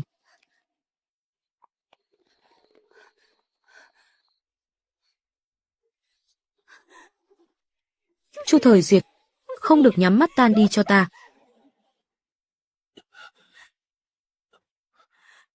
Lục Chiêu Lăng, tá mệnh sát của bổn vương, sao đột nhiên lại tái phát? Không chỉ có mỗi tá mệnh sát đâu. Chu Thời Duyệt, thực chất trong cơ thể ngài đang ẩn 4 loại phù chú, chúng đang khắc chế lẫn nhau. Tá mệnh sát chỉ là một trong số đó thôi. Vậy là bổn vương lành ít dữ nhiều rồi sao? Những phù chú này và hoán mệnh phù đều cùng một nguồn gốc, cứ tiếp tục như vậy, không quá 3 tháng nữa, ngài sẽ dầu cạn đèn tắt thôi. Thế thì bổn vương e là phải nuốt lời, hẹn ước nửa năm với nàng rồi, không thể nào. Tên của ngài đã bị tôi gạch bỏ khỏi sổ sinh tử rồi. Ngài không chết được đâu, ngài mà chết thì tôi biết đòi nợ ai đây. Được, ta không chết. Đợi nàng đến đòi nợ. Không cảm nhận được mẫu cổ của tá mệnh sát, dù cho bổn tôn áp chế tá mệnh sát, thì tôi và Chu Thời Duyệt cuối cùng đều sẽ bị phản phệ.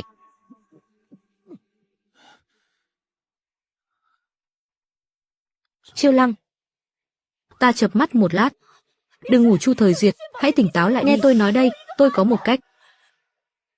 Cách gì? Ngài và tôi kết cộng sinh khế, chia sẻ thương vong. Như vậy có thể trì hoãn sự bộc phát của phù chú. Không được.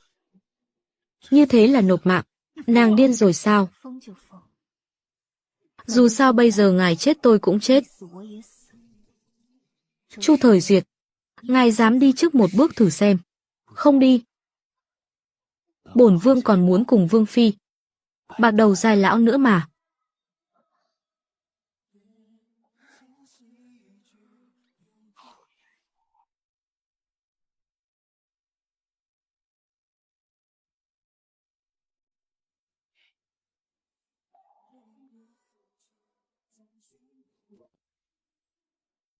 Vương gia, xin xem phụ gia và oán khí của 3 vụ án ở vương phủ cùng một nguồn gốc, tất cả đều chỉ hướng chiếc đèn lồng thiên công Thanh Phúc Hầu. Thanh Phúc Hầu khi tạ lỗi với Tấn Vương có tặng bổn vương một chiếc. Vương gia, ngài vốn không thích Thanh Phúc. Chiếc đèn lồng đó tuy nhìn đẹp mắt nhưng thuộc hạ nghe quản sự là đã đem cất vào kho rồi. Vương phủ chưa thắp nến, chỉ treo đèn lồng lên thì chắc không sao chứ. Chiếc đèn lồng này là thứ tà môn gì? Vỏ ngoài của đèn lồng thiên công là dùng da người sống để chế tác thành. Dầu thắp đèn là thi dầu của đồng nam đồng nữ. Chiếc đèn lồng này lại âm độc. Đúng vậy, đèn lồng thiên công treo đủ 14 ngày là có thể hút sạch khí vận, tuổi thọ cùng công đức của người sống sạch xanh xanh. Vương gia, thuộc hạ lập tức đi tiêu hủy chiếc đèn lồng này ngay. Vương gia, việc tiêu hủy đèn lồng vốn không giải quyết được tận gốc vấn đề, đánh rắn phải đánh dập đầu. Lục Chiêu Lăng, nàng muốn bổn vương phối hợp diễn kịch với nàng để dụ Thanh Phúc Hầu lộ đuôi cáo sao? Kỹ năng diễn kịch của vương gia thế nào? Bổn vương cả đời này Ta chỉ diễn duy nhất một vở kịch thôi, vở nào thế? Cưới nàng.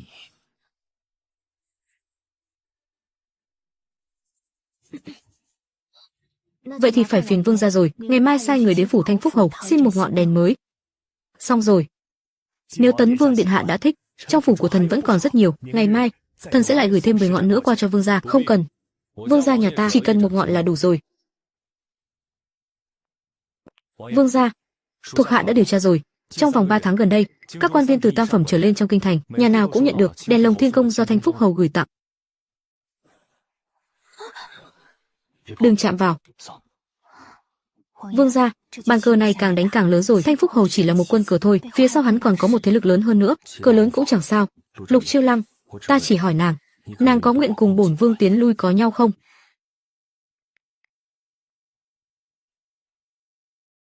Vương gia, đây là Thanh Tâm Phủ, lợi tức ta trả trước cho ngài.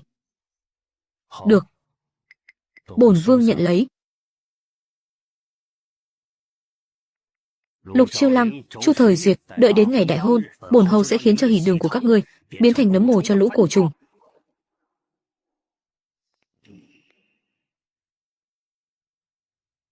Cái tên xúc sinh Thanh Phúc Hầu đó, hắn muốn đụng vào ai không lại dám động tới cọc công đức của ta. Chúc vương gia đèn lửa luôn rực sáng, hóa ra là vẽ bùa chú ở bên trong lòng đèn lồng, muốn đem long khí của luyện thành dầu thắp đèn.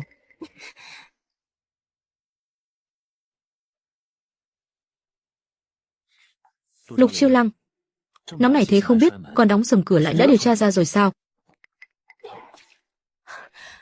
Vương gia, ngài tự mình nhìn phù chú này đi, là do Thanh Phúc Hầu. Chiếc lồng đèn thiên công này vẫn còn hậu chiêu phía sau. Bổn vương nhìn không hiểu, bổn vương không hiểu huyền học. Nếu treo đến ngày thứ 14, ngài sẽ biến thành giống như Lâm Yên Nhiên, dâu cạn đèn tắt, hồn phách tiêu tán hoàn toàn. Vương gia, đừng chạm vào. Nếu dính phải luồng tử khí, phù chú trong cơ thể sẽ bộc phát trước thời hạn. Tôi vẫn chưa giải xong, ngài không được chết. Chân mày nhíu chặt đến mức có thể kẹp chết cả rồi. Là sợ bổn vương chết sao? Lường một cái. Điều tôi sợ là đống nợ tôi dồn suốt 3 tháng qua sẽ không có ai trả. Ngài mà chết, tôi biết tìm ai để cứu. Vậy để bổn vương tẩy đống tử khí này, kẻo nàng lại bị tổn thọ, rồi chẳng có ai giải chú cho bổn vương. Dù sao thì công đức miễn phí thế này, bản tôn không nhận thì thật uổng phí. Nếu bổn vương thực sự chết, nàng định làm thế nào? Thế thì tôi sẽ san bằng phủ Thanh Phúc, thu toàn bộ gia sản của rồi cấn trừ dần vào khoản nợ của ngài. Số còn thừa ra, coi như là tiền lãi tôi thu.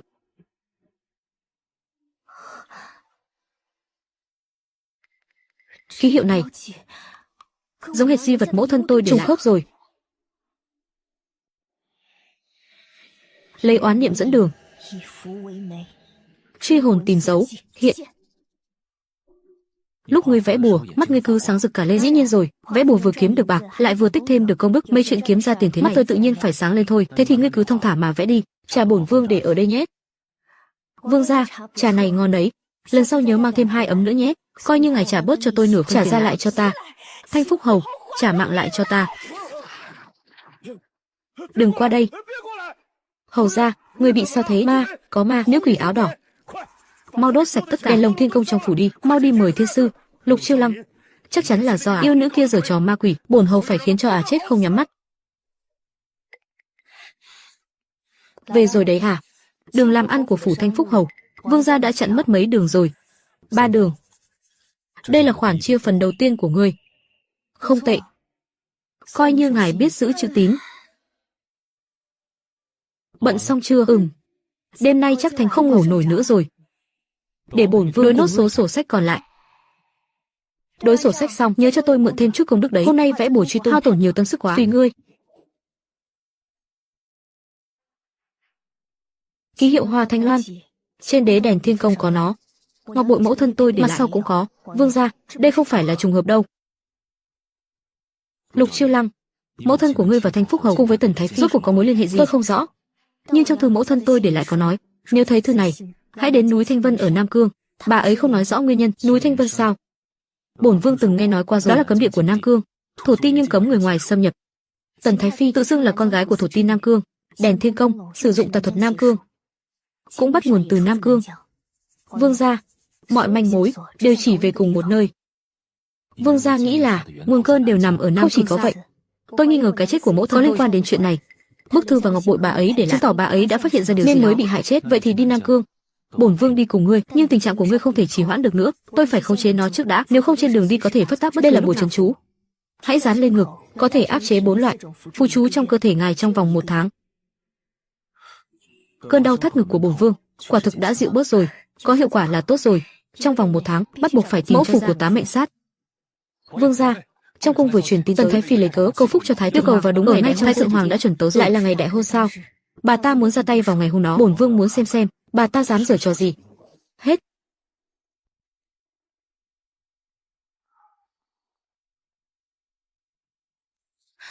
Thái Phi, bên phía Tấn Vương đang điều tra ký hiệu Hoa Diên Vĩ, chuẩn bị đi Nam Cương. Bọn họ đã tra ra vết khắc trên đế đèn lồng của phủ Thanh Phúc Hầu đã bị Lục Chiêu Lăng phát hiện ra, trên miếng ngọc bội mẫu thân cô ta cũng có ký hiệu tương tự. Lục Chiêu Lăng, quả không hổ danh là con gái của người đàn bà đó. Thái Phi, có cần thuộc hạ ra tay trước không? Không vội. Chủ nhân từng nói, Tám Mệnh Sát cần có mệnh cách đế tinh, nuôi dưỡng đủ 81 ngày mới có thể hấp thu một cách tốt nhất. Cách thời hạn đó vẫn còn 15 ngày nữa. Đó cũng chính là ngày đại hôn của Lục Chiêu Lăng. Vậy còn muốn đi Nam Cương thì phải làm sao? Cứ để chúng đi. Núi Thanh Vân đã được chủ nhân bùa sẵn Thiên La Địa Võng rồi, có đến đó cũng chỉ là nộp mạng. Sư tỷ, năm xưa tỷ cướp đi trưởng môn của ta, bị chủ nhân luyện thành trận nhã, cũng là đáng đời. Đến cả con gái của tỷ là Lục Chiêu Lăng cũng phải chôn cùng bổn cung. Mẫu thân của nguyên thân cuối cùng đã đến, Động Huyền Nữ trên núi Thanh Vân. Trên miếng ngọc bội vẫn còn tàn dư của cấm thuật, cùng nguồn gốc với Tám Mệnh Sát. Xem ra cái chết của bà thực sự có liên quan đến tên tà tu kia. Tám Mệnh Sát là một cái bẫy. Đừng đến.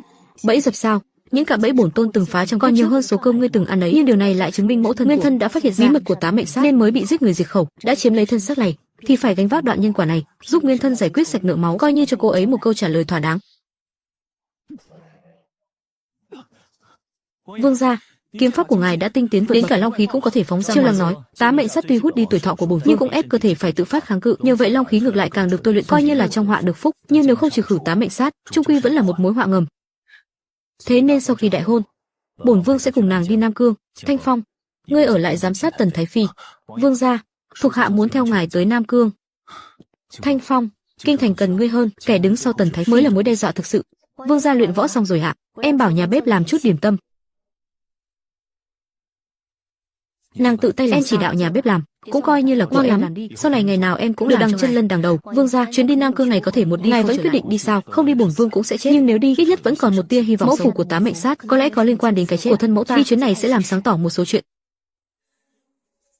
Nhưng dù chân tướng có là gì đi chăng nữa, bổn vương vẫn sẽ luôn ở bên nàng. Tần Thái Phi muốn ta làm gì? Thái Phi truyền rằng Lục đại nhân ngài chỉ cần vào ngày đại hôn, mang lá bùa này dán lên cửa tân phòng của Tấn Vương phủ. Đây là bùa gì? Phệ hồn phù.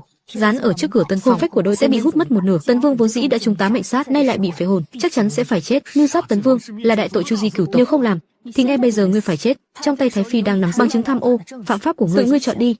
Sau khi chuyện thành, bảo đảm ngươi sẽ được thăng làm thượng thư. Con gái ngươi là Lục Chiêu Vân, cũng có thể gả vào hoàng thất. Lục Chiêu Lăng, đừng trách làm cha tàn nhẫn.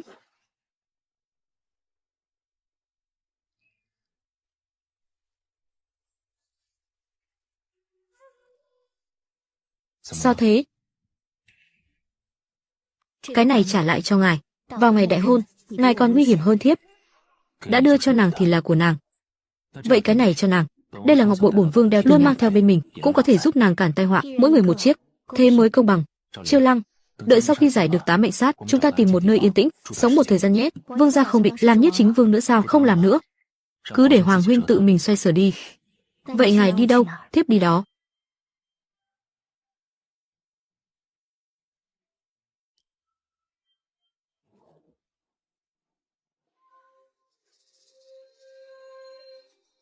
Lục tỷ tỷ, đây là bùa gì vậy?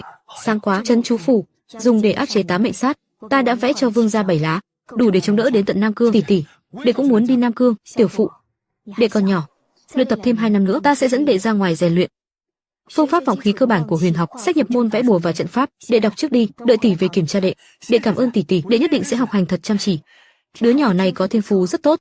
Qua 2 năm nữa là có thể chính thức nhận làm đồ đệ rồi.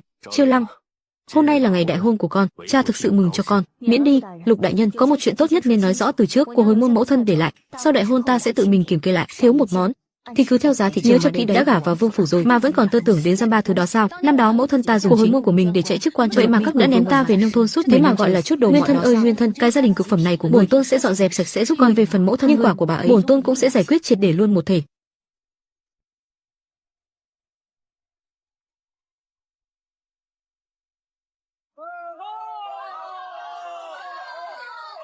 Nhất bái thiên địa.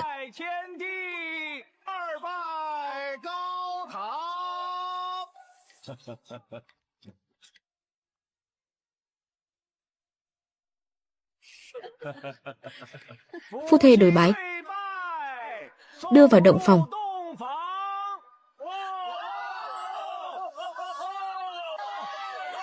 Lục Chiêu Lăng, ngươi đừng có mà trách ta.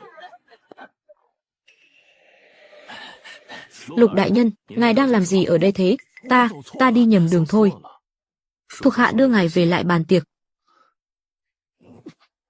Không xong rồi. Sát khí mượn mạng phát dữ dội hơn tất cả những lần trước.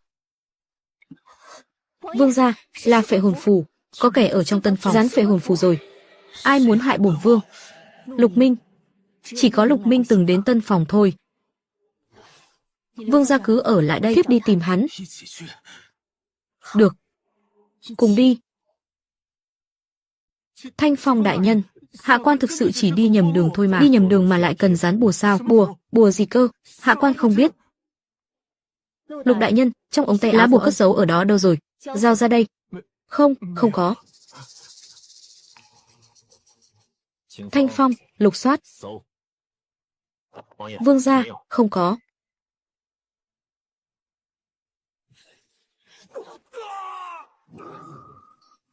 Hắc phù đã bị ông dùng mất rồi, nhưng tà khí đã xâm nhập vào cơ thể. Ông sống không quá 3 ngày đâu. Mau nói ai đã đưa bùa cho ngươi. Cách giải thế nào? Là nha hoàn của Tần Thái Phi đưa hắc phù cho hạ quan, bảo hạ quan dán ở cửa tân phòng. Hạ quan không hề biết việc này, lại hại chết vương gia mà. Tần Thái Phi, quả nhiên là bà ta. Thanh Phong, giam Lục Minh lại, đừng để hắn chết. Giữ lại làm nhân chứng, tuân mệnh. Mượn mạng sát đã bị phệ hồn phù kích hoạt, tiếp phải lập tức bày trận áp chế. Nếu không tối nay nó sẽ bộc phát. Cần bổn vương làm gì? Trở về tân phòng, vương gia nằm yên đó, cứ để thiếp lo. Xong rồi. Lấy máu làm dẫn. Trấn tà trừ sát, vạn pháp bất xâm. Trấn. Vương gia thấy đỡ, chỉ là tạm thời áp chế phệ hồn phù thôi, nó đã cộng hưởng với mượn mạng sát rồi, khó đối phó hơn trước nhiều. Phải đến Nam Cương sớm hơn dự tính. Sắc mặt của ngươi còn nhợt nhạt hơn cả bổn vương đấy. Mạng của ngài gắn liền với trụ công đức của tôi, ngài không thể chết được. Chết thế nào được? Bổn vương còn chưa cưới vương phi mà, bổn vương không nỡ chết đâu. Ngài đừng nói gở như thế. Được rồi, Thái Phi, lá bùa đã được dán lên rồi, nhưng Lục Minh đã bị Phổ Vương phủ giữ lại, chỉ là một quân cờ thôi mà. Bùa đã bắt đầu phát huy, sát mượn mạng đã được kích hoạt. Chu Thời Duyệt không sống quá 7 Chiêu Lăng cũng không thể chống lại sức hút của vậy. Lục Chiêu Lăng có khi nào sẽ đến Nam Cương sớm hơn? Đến đó lại càng núi Thanh Vân, nơi chủ nhân đang ngủ, có mẫu phù ở đó, chủ nhân có thể đem huyết mạch huyền môn của hắn nuốt chửng hoàn toàn. Hãy mang cái này dâng lên cho hoàng đế, nói với ông ta đây là An Thần Đan, giúp ông ta có thể ngủ ngon giấc. Thái Phi, còn phía Thái Thượng Hoàng thì sao? Thái Thượng Hoàng đã già rồi, không cần bận tâm, trọng điểm vẫn là Tấn Vương và Lục Chiêu Lăng. Sư tỷ, con gái tỷ so với tỷ năm xưa còn lợi hại hơn nhiều, nhưng đáng tiếc con bé cũng sắp đi vào vết xe đổ của tỷ rồi. Lục Chiêu Lăng đang nghĩ gì vậy? Trên miếng ngọc bội mẫu thân để lại cho tôi có khắc dòng chữ núi Thanh Vân, động huyền nữ.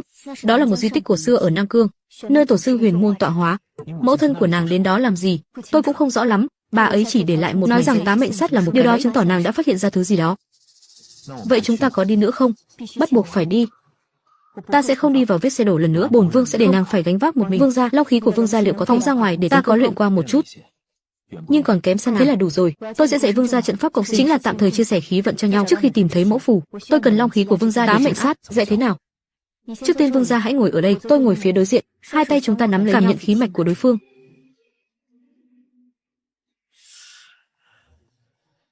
Bổn vương cảm nhận được rồi, linh lực của nàng ấm áp thật. Vương gia quả là thiên tư xuất chúng, người bình thường ít nhất cũng phải luyện 1 tháng. Ngài đúng là kỳ tài tu đạo bẩm sinh, chỉ tiếc là bị tá mệnh sát làm lỡ dở.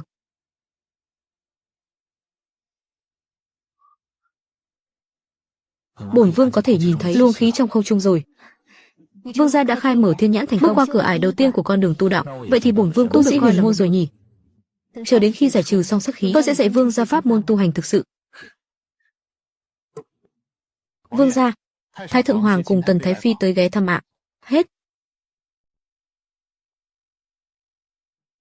Duyệt Nhi, trẫm nghe nói đêm qua con không được khỏe, nên đặc biệt tới thăm. Tần Thái Phi nói con bị tái phát bệnh cũ. Bẩm phụ hoàng, Nhi thần không sao, Vương phi đã giúp Nhi thần điều dưỡng rồi. Vậy thì tốt. Chiêu Lăng, quả thực lần này nhờ có con. Tạ phụ hoàng đã quan tâm, Tấn Vương phi quả nhiên y thuật cao minh, căn bệnh lâu năm của Tấn Vương, ngay cả Thái cũng đều bó tay bất lực. Vậy mà Vương phi lại có thể ra tay là bệnh. Thái phi quá khen rồi, bệnh tình của Tấn không phải là bệnh nan y vô phương, chỉ cần tìm ra tận tự nhiên sẽ có cách giải. Vậy gốc rễ căn bệnh nằm ở đâu? Ở Nam Cương. Bệnh của Duyệt Nhi sao lại có liên quan đến Nam Cương được? Phụ hoàng, chuyện này nói ra dài dòng lắm. Nhi thần dự tính tháng sau sẽ đến Nam Cương tìm một vị thuốc. Nam Cương đường xá lại chẳng mấy thái bình. Chuyến đi này nguy hiểm khôn lường. Bệ hạ, sức khỏe của Tấn Vương là quan trọng. Đã có thuốc ở Nam Cương thì chi bằng cứ để bọn họ đi. Thần thiếp ở vẫn còn vài người tộc nhân có thể giúp đỡ chiếu. Đa tạ ý tốt của Thái phi. Đến lúc đó nếu cần, nhất định Nhi thần sẽ tới quấy rầy. Được rồi. Trẫm sẽ phái thêm nhiều thị vệ đi theo hộ tống các con. Dạ không cần đâu ạ. Nhi thần chỉ cần mang theo Huyền Thần vệ là đủ rồi. Bẩm vương gia. Lục Minh đã khai nhận. Lá hắc phù đó là do nha hoàn của Tần Thái phi đưa cho. Trên ngực hắn luồng tà khí từ vết trường ấn màu đen, cùng một nguồn gốc với 8 mệnh sát. Tần Thái phi chính là kẻ đã hạ 8 mệnh, một trong những kẻ đứng sau màn, ít nhất cũng là một quân cờ quan trọng. Kẻ đứng sau lưng thực sự là kẻ bày mưu lập trận. Hôm nay Tần Thái phi nghe nói chúng ta sắp đi Nam Cương, rõ ràng đã thở phào nhẹ nhõm. Bà ta chắc chắn có sự sắp đặt ở thế nên chúng ta phải đi, nhưng không thể đi một cách công khai đường hoàng. Bà ta cứ ngỡ chúng ta là con mồi. Vương gia, thuộc hạ xin dẫn người đi Nam Cương trước, để dò thám tình hình núi Thanh Vân. Được. Hãy mang theo trinh sát, thông thạo khẩu âm, tuyệt đối đừng rút dây động rõ. Theo cổ tịch ghi chép, núi Thanh Vân từng là đạo tràng của vị tông sư Huyền Môn. Trong thư mẫu thân nguyên chủ có nhắc đến động huyền nữ có lẽ chính là động phủ tọa hóa của vị tông sư đó.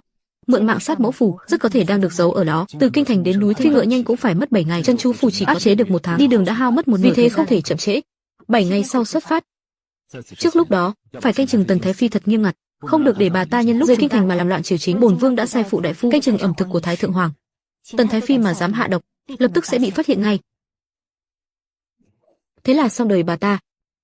Vương gia, thuộc hạ xin phép đi trước, tiếp ứng ở biên giới Nam Cương.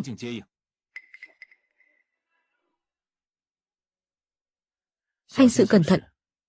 Gặp nguy hiểm lập tức rút lui. Rõ.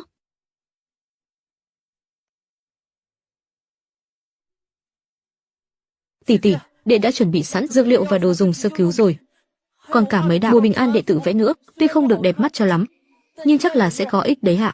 Cảm ơn tiểu phụ nhé. Đệ tiến bộ nhanh thật đấy. Tỷ tỷ nhất định phải bình an trở về đấy nhé.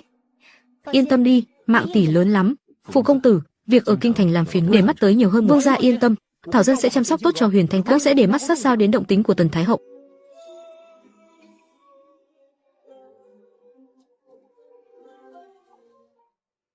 Tỷ tỷ bảo trọng.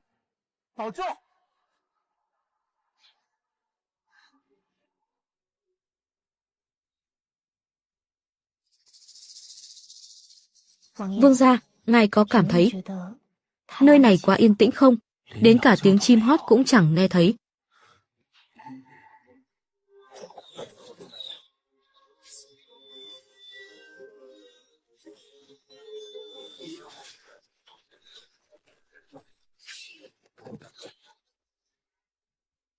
Có mai phục, kết trận. Hỏng rồi.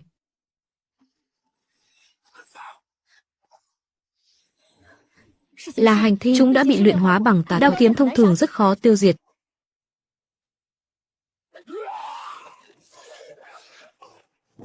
Điểm yếu của chúng là ở đầu.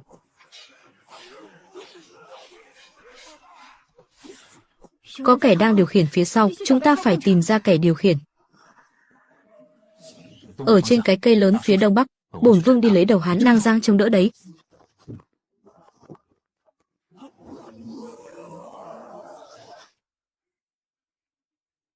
Chủ nhân, sẽ không tha cho các ngươi đâu.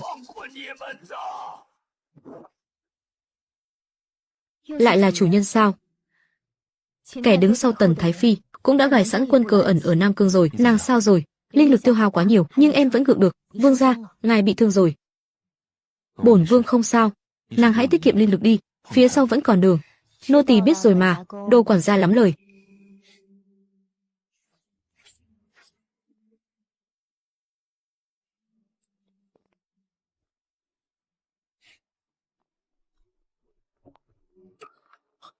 Vương gia, các ngài bị tập kích sao? Hành thi bị tà thuật điều khiển. Bên ngươi thế nào rồi? Thuộc hạ đã điều tra rõ hình của núi Thanh Vân. Thổ ti địa phương nói trên núi có ác quỷ, những ai đi vào đều không thể trở ra. Ở sườn núi có một cánh cổng, trên đó khắc phù văn cổ xưa, có lẽ chính là lối vào động huyền cổng đá. Đã từng có ai đi vào chưa? Thổ ti nói suốt 300 năm qua, chỉ có duy nhất một người từng và còn sống sót trở ra. Là ai? Người đó tự xưng là truyền nhân Huyền Môn, họ Lâm. Chuyện xảy ra vào khoảng 2 năm trước. Mẫu thân của nô tỳ họ Lâm, bà ấy từng đến nơi này, hơn nữa còn từng đi vào trong. Bà ấy có thể sống sót trở ra, chứng tỏ bên trong tuy có nguy hiểm, nhưng không phải là con đường chết. Đúng vậy, mẫu thân đã làm được. Vương gia, ngày mai lên núi. Vâng ạ. Hết. Các vị quý nhân, chính là nơi này. Lão già này chỉ có thể tiễn tới đây, nếu đi tiếp nữa sẽ bị quả báo. Đa tạ a bà mau quay về đi. Trên núi có một trận pháp phong ấn lớn, có lẽ do tiền bối huyền môn thiết lập, phong ấn rất kiên cố, nhưng lại có dấu vết bị phá hoại. Ai đã làm việc này? Không phải bị phá hoại từ bên ngoài, mà là từ bên trong. Có kẻ từ bên trong đã mở phong ấn. Chẳng lẽ là người phụ nữ họ Lâm kia? Có khả năng đó. Năm xưa cô ta đi vào, có lẽ không phải để tìm bảo vật, mà là để gia cố phong ấn. Nhưng cô ta đã thất bại rồi. Đi thôi, bất luận bên trong có thứ gì, cũng phải tận mắt xem thử.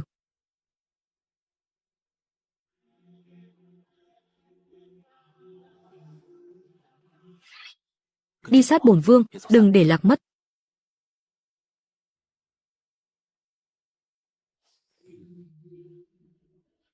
Đây là phong ấn của huyền môn tông sư, sắc vàng chính là lực lượng phong ấn, còn sắc đen là do tà khí xâm thực.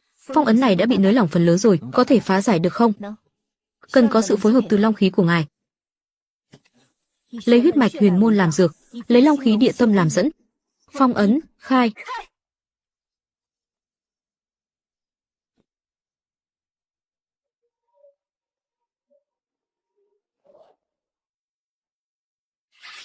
Thuộc hạ xin đi trước dẫn đường. Bổn vương đi trước, ngươi ở phía sau bảo vệ vương phi.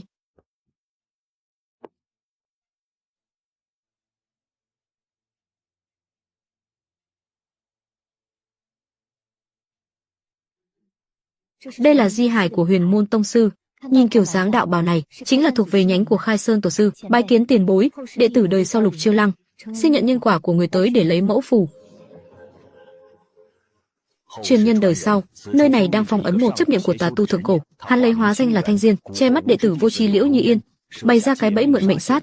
Dám hỏi tiền bối, hậu nhân giữ mẫu phù của mượn mệnh thị đang ở phương nào? Hãy hủy mẫu phù, nhưng kẻ tà tu sẽ phá phong ấn trước thời hạn, cần phải dùng phá giới phù để ứng phó. Mẫu phù đang nằm trong cơ thể của Tần Thái Phi, bà ta chính là hậu duệ của Liễu Như Yên. Tông sư đã đem phần đã truyền lại cho Kim Đan đỉnh phong, miễn cưỡng đã có thể vẽ được phá giới phù rồi, để con trở về tiêu diệt Tần Thái Phi.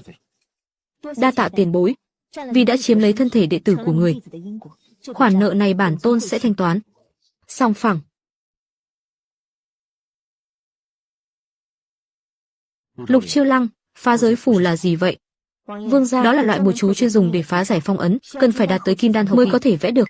Trước kia ta không làm được, nhưng bây giờ thì có thể dùng để đối phó với Tần Thái Phi và cả tên tà tu kia nữa. Tần Thái Phi thực chất vật chứa của mẫu phù, sau khi bà ta chết sẽ ngay lập tức cảm nhận được phong ấn ma xuất thế sớm hơn. Phá giới phù có thể ngăn xuất thế, một lần nữa phong ấn hắn. Cần bản vương phải làm sống sót. Sau khi tá mệnh sát được giải trừ, ngài có thể sẽ rất suy yếu, nhưng chỉ cần ngài còn sống, ta chắc chắn sẽ bảo vệ. Câu này phải để bản vương nói mới đúng. Mẫu thân của Nguyên thân cũng từng đến nơi này. Bà ấy muốn gia cố phong ấn, nhưng lại bỏ mạng dưới tay tên tà tu. Chuyện bà ấy chưa hoàn thành, bản tôn sẽ làm. Không phải vì bà ấy là nương của ta, mà là vì thân thể này đã gánh vác nhân quả của bà ấy. Lục Chiêu Lăng đã vào Huyền Nữ Động, nhận lấy truyền thừa của tông sư. Nàng ấy đã biết mẫu phù đang ở trong cơ thể của ngài. Chủ nhân xin bớt giận, là do thuộc hạ vô dụng. Chỉ cần 10 ngày nữa, tá mệnh là có thể nuốt chửng hoàn toàn phần lớn mệnh cách đế tinh của hắn. Đến lúc đó, bản tọa phá phong ấn bước ra, tu vi của hắn trước mặt bản tọa sẽ chẳng đáng một đòn. Vậy thuộc hạ phải làm thế nào ạ? Ngươi cứ tiếp tục kiềm chế Thái Thượng Hoàng và Hoàng đế, chờ đến khi Lục Chiêu Lăng trở về kinh thành, cô ta sẽ tới tìm ngươi để giết. Đến lúc đó, ngươi hãy lấy thân dụ địch, bản tọa sẽ nhân cơ hội nuốt chửng huyết mạch huyền môn của cô ta. Rõ, thưa chủ nhân. Sư tỷ, năm đó tỷ bảo muội sẽ hối hận. Giờ muội thực sự có chút hối hận rồi. Nhưng cung đã dương thì không thể rút mũi tên. Lục Chiêu Lăng, đừng trách bổn cung. Xong rồi, vương gia không chống đỡ nổi 7 ngày đâu. Mẫu phù của Tần Thái Phi tăng tốc nuốt chửng mệnh cách của ngài. Vậy thì ra tay trước thời hạn, ngày mai tiến cung, trực tiếp bắt sống Tần Thái Phi. Không có bằng chứng xác thực, Thái Thượng Hoàng sẽ không đồng ý đâu. Hơn nữa trong cung có tai mắt của bà ta, chỉ cần sơ sẩy một chút, bà ta sẽ dụ bà ta ra khỏi cung. Dụ bằng cách nào? Dùng nàng. Thứ bà ta thèm khát chính là huyết mạch huyền môn. Nàng hãy tung tin đồn rằng nàng đã tìm thấy ở động huyền phương pháp khắc chế tá mệnh sát và cần sự trợ giúp của Tần Thái Phi. Bà ta nhất định sẽ tới. Cách này khả thi, nhưng ngài phải hứa với ta. Đến lúc đó ngài hãy lánh ra thật xa. Sức khỏe của chàng sắp không trụ nổi nữa rồi. Không được. Bổn vương phải tận mắt chứng kiến. Lấy mẫu phù ra. Đúng là đồ lừa bướng bỉnh. Như nhau cả thôi.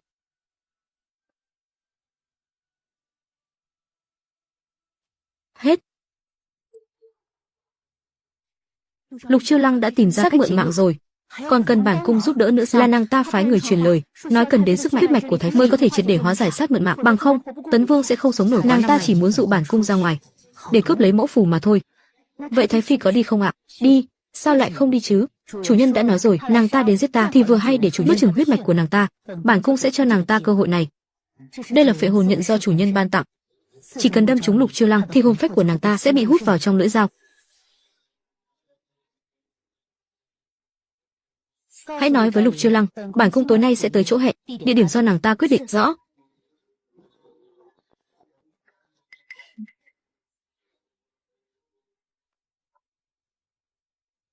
Tấn Vương phi thật là nhã hứng, lại hẹn bản cung tới nơi thế này. Thái Phi mời ngồi, ở đây không có người ngoài, chúng ta hãy nói thẳng thắn với nhau đi. Ngươi muốn nói gì? Ta biết mẫu phù đang ở trong người bà, cũng biết chủ nhân của bà là một tà tu đang bị phong ấn, ngươi biết cũng nhiều đấy. Vậy chắc ngươi cũng biết, mẫu phù liên kết chặt chẽ với sinh mạng của ta, giết ta, mẫu phù cũng sẽ hủy, sát khí mượn mạng sẽ phản phệ Phổ Vương, hắn cũng sẽ phải chết. Chỉ cần lá mẫu phù của phá giới phù này, chỉ cần ta vẽ nét cuối cùng, ngươi không vẽ nổi đâu, bởi vì tu vi của ngươi không đủ sức để làm điều đó. Khoan đã, ngươi đột phá rồi sao? Làm sao có thể chứ? Ngươi rõ ràng là thân xác phàm trần, sao có thể sở hữu thực lực huyền tôn? Nhờ hồng phúc của chủ nhân ngươi đấy, ta đã có được truyền thừa của tông sư ở huyền nữ. Bây giờ cho ngươi hai lựa chọn. Thứ nhất, tự nguyện dâng mẫu phù ra, ta sẽ bảo toàn tính mạng cho ngươi. Thứ hai, ta sẽ cưỡng ép đoạt phù, lúc đó ngươi sẽ bị trọng thương nhưng chưa chắc đã chết. Chọn đi. Lục Chiêu Lăng, ngươi quá coi thường bổn cung rồi, chết đi.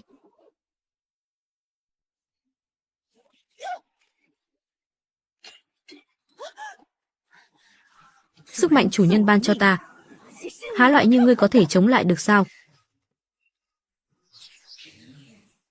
Lũ kiến hôi.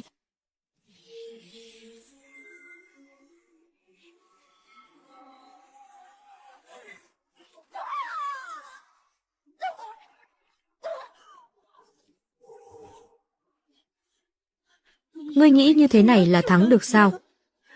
Chủ nhân, cứu ta.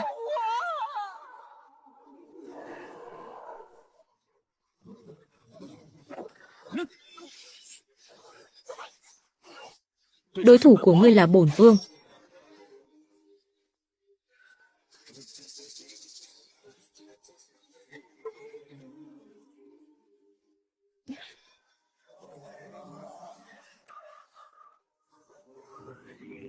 Tiêu rồi.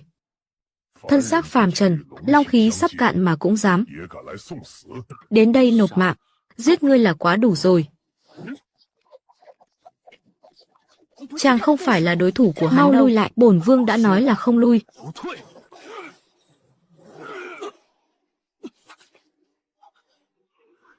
Khốn kiếp, chỉ thiếu đúng một nét cuối cùng. Đi chết đi. Muốn làm tổn thương nàng thì phải bước qua xác bổn vương trước đã. Phá giới phù, thành rồi. Không, bổn tọa còn chưa phá vỡ phong ấn mà. Ngươi không xứng phá giải phong ấn, ta muốn ngươi phải tan biến hoàn toàn. Mẫu phù đã bị hủy rồi, sát khí mượn mạng sẽ sớm tiêu tan thôi. Ngươi thua rồi. Ngươi nghĩ các ngươi thắng rồi sao? Chủ nhân chỉ tạm thời bị phong ấn mà thôi, ngài ấy nhất định sẽ quay trở lại. Vương gia, ngài điên rồi sao? Vốn là nhắm vào thiếp mà, ngài đỡ làm gì chứ? Bổn vương đã nói sẽ không lùi bước.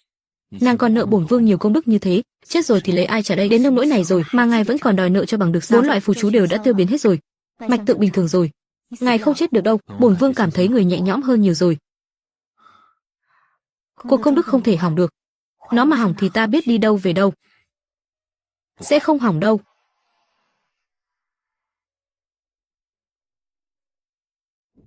Hết. A Duyệt, trẫm nghe nói con đêm qua gặp thích khách, vết thương có nặng lắm không? Phụ hoàng, nhi thần không sao. Tần Thái Phi đã sợ tội tự sát rồi, trẫm đã sớm thấy bà ta có điểm không ổn, chết rồi cũng tốt. Truyền chỉ, Tần thị phế chức phong hiệu Thái Phi, an táng theo nghi lễ của thường dân. Phụ hoàng anh minh. Chiêu Lăng, con đã cứu mạng Duyệt nhi, trẫm nợ con một ân tình. Sau này nếu có yêu cầu gì cứ việc mở lời. Vương gia là phu quân của con, cứu chàng ấy là việc con nên làm. Hai con hãy lo dưỡng thương cho thật tốt. Chuyện trên triều chính, trẫm tạm thời gánh vác trước.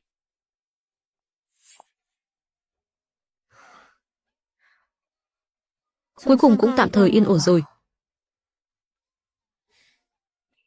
Vẫn chưa xong đâu. Tên tà tu kia chỉ bị phong ấn tạm thời, chứ chưa bị tiêu diệt hoàn toàn. Thiếp biết, nhưng ít nhất cũng có 3 đến 5 năm để chuẩn bị. Đến lúc đó thiếp đột phá Nguyên Anh, hắn có đến nữa thì cũng có thể tiêu diệt tận gốc. Bổn vương sẽ đồng hành cùng nàng.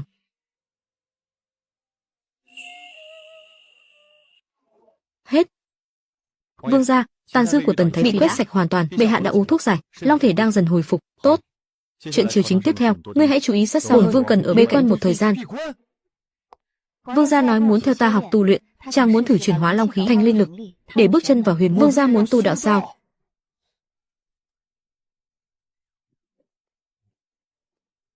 Nhỡ đâu tên tà tu kia quay lại, bổn vương cứ mãi dựa vào sự bảo vệ của vương phi. Lo uống hết chén thuốc này đi rồi hãy nói khoác. Em gái nhỏ, em tìm ai thế? Em muốn xin một lá bùa bình an ạ. Mẹ em bị bệnh rồi, em muốn mẹ nhanh chóng khỏe lại. Nhưng em không có tiền. Em tên là gì? Niệm Từ ạ. Tên hay lắm. Em có muốn học vẽ bùa không? Em không có tiền đóng học phí đâu ạ. Không tốn tiền đâu, nhưng em phải hứa với chị một chuyện. Sau khi học được bản lĩnh rồi phải dùng nó để cứu người, chứ không được hại người. Dạ, em hứa với chị ạ. Nàng định nhận cô bé sao? Nhận thêm một đồ đệ nhỏ. Tiểu phụ, sau này sẽ chính là sư huynh rồi, phải biết chăm sóc sư muội đấy. Chiêu Lăng, tên tà tu đó tầm 3 năm nữa sẽ quay trở lại. Đến lúc đó, con có nắm chắc phần thắng không? Nếu có thể đột phá Nguyên Anh, con có 7 phần nắm chắc, còn không đột phá được thì chỉ có 3 phần. Bổn vương sẽ giúp nàng. Long khí và linh lực đang dần dung hợp, có lẽ có thể mở ra một con đường mới, nhưng đế tinh và huyền môn song đây quả thực không phải chuyện dễ dàng. Dù có khó khăn thế nào, bổn vương không chỉ trường thọ cùng vương phi mà còn muốn bảo vệ vương phi thật tốt. Vương gia, ngài nói xem sau khi chết sẽ đi về đâu? Bổn vương không biết. Kiếp này, bổn vương chỉ muốn cùng nàng. Nương của thiếp đã đi đến nơi cần đến rồi. Nhân quả của bà, thiếp cũng đã thay bà liễu kết xong. Chặng đường còn lại, thiếp muốn tự bước đi vì chính mình, mà con đường của kiếp này đã có chàng. Lấy nhân quả, cùng nhau thiết lập thế cục.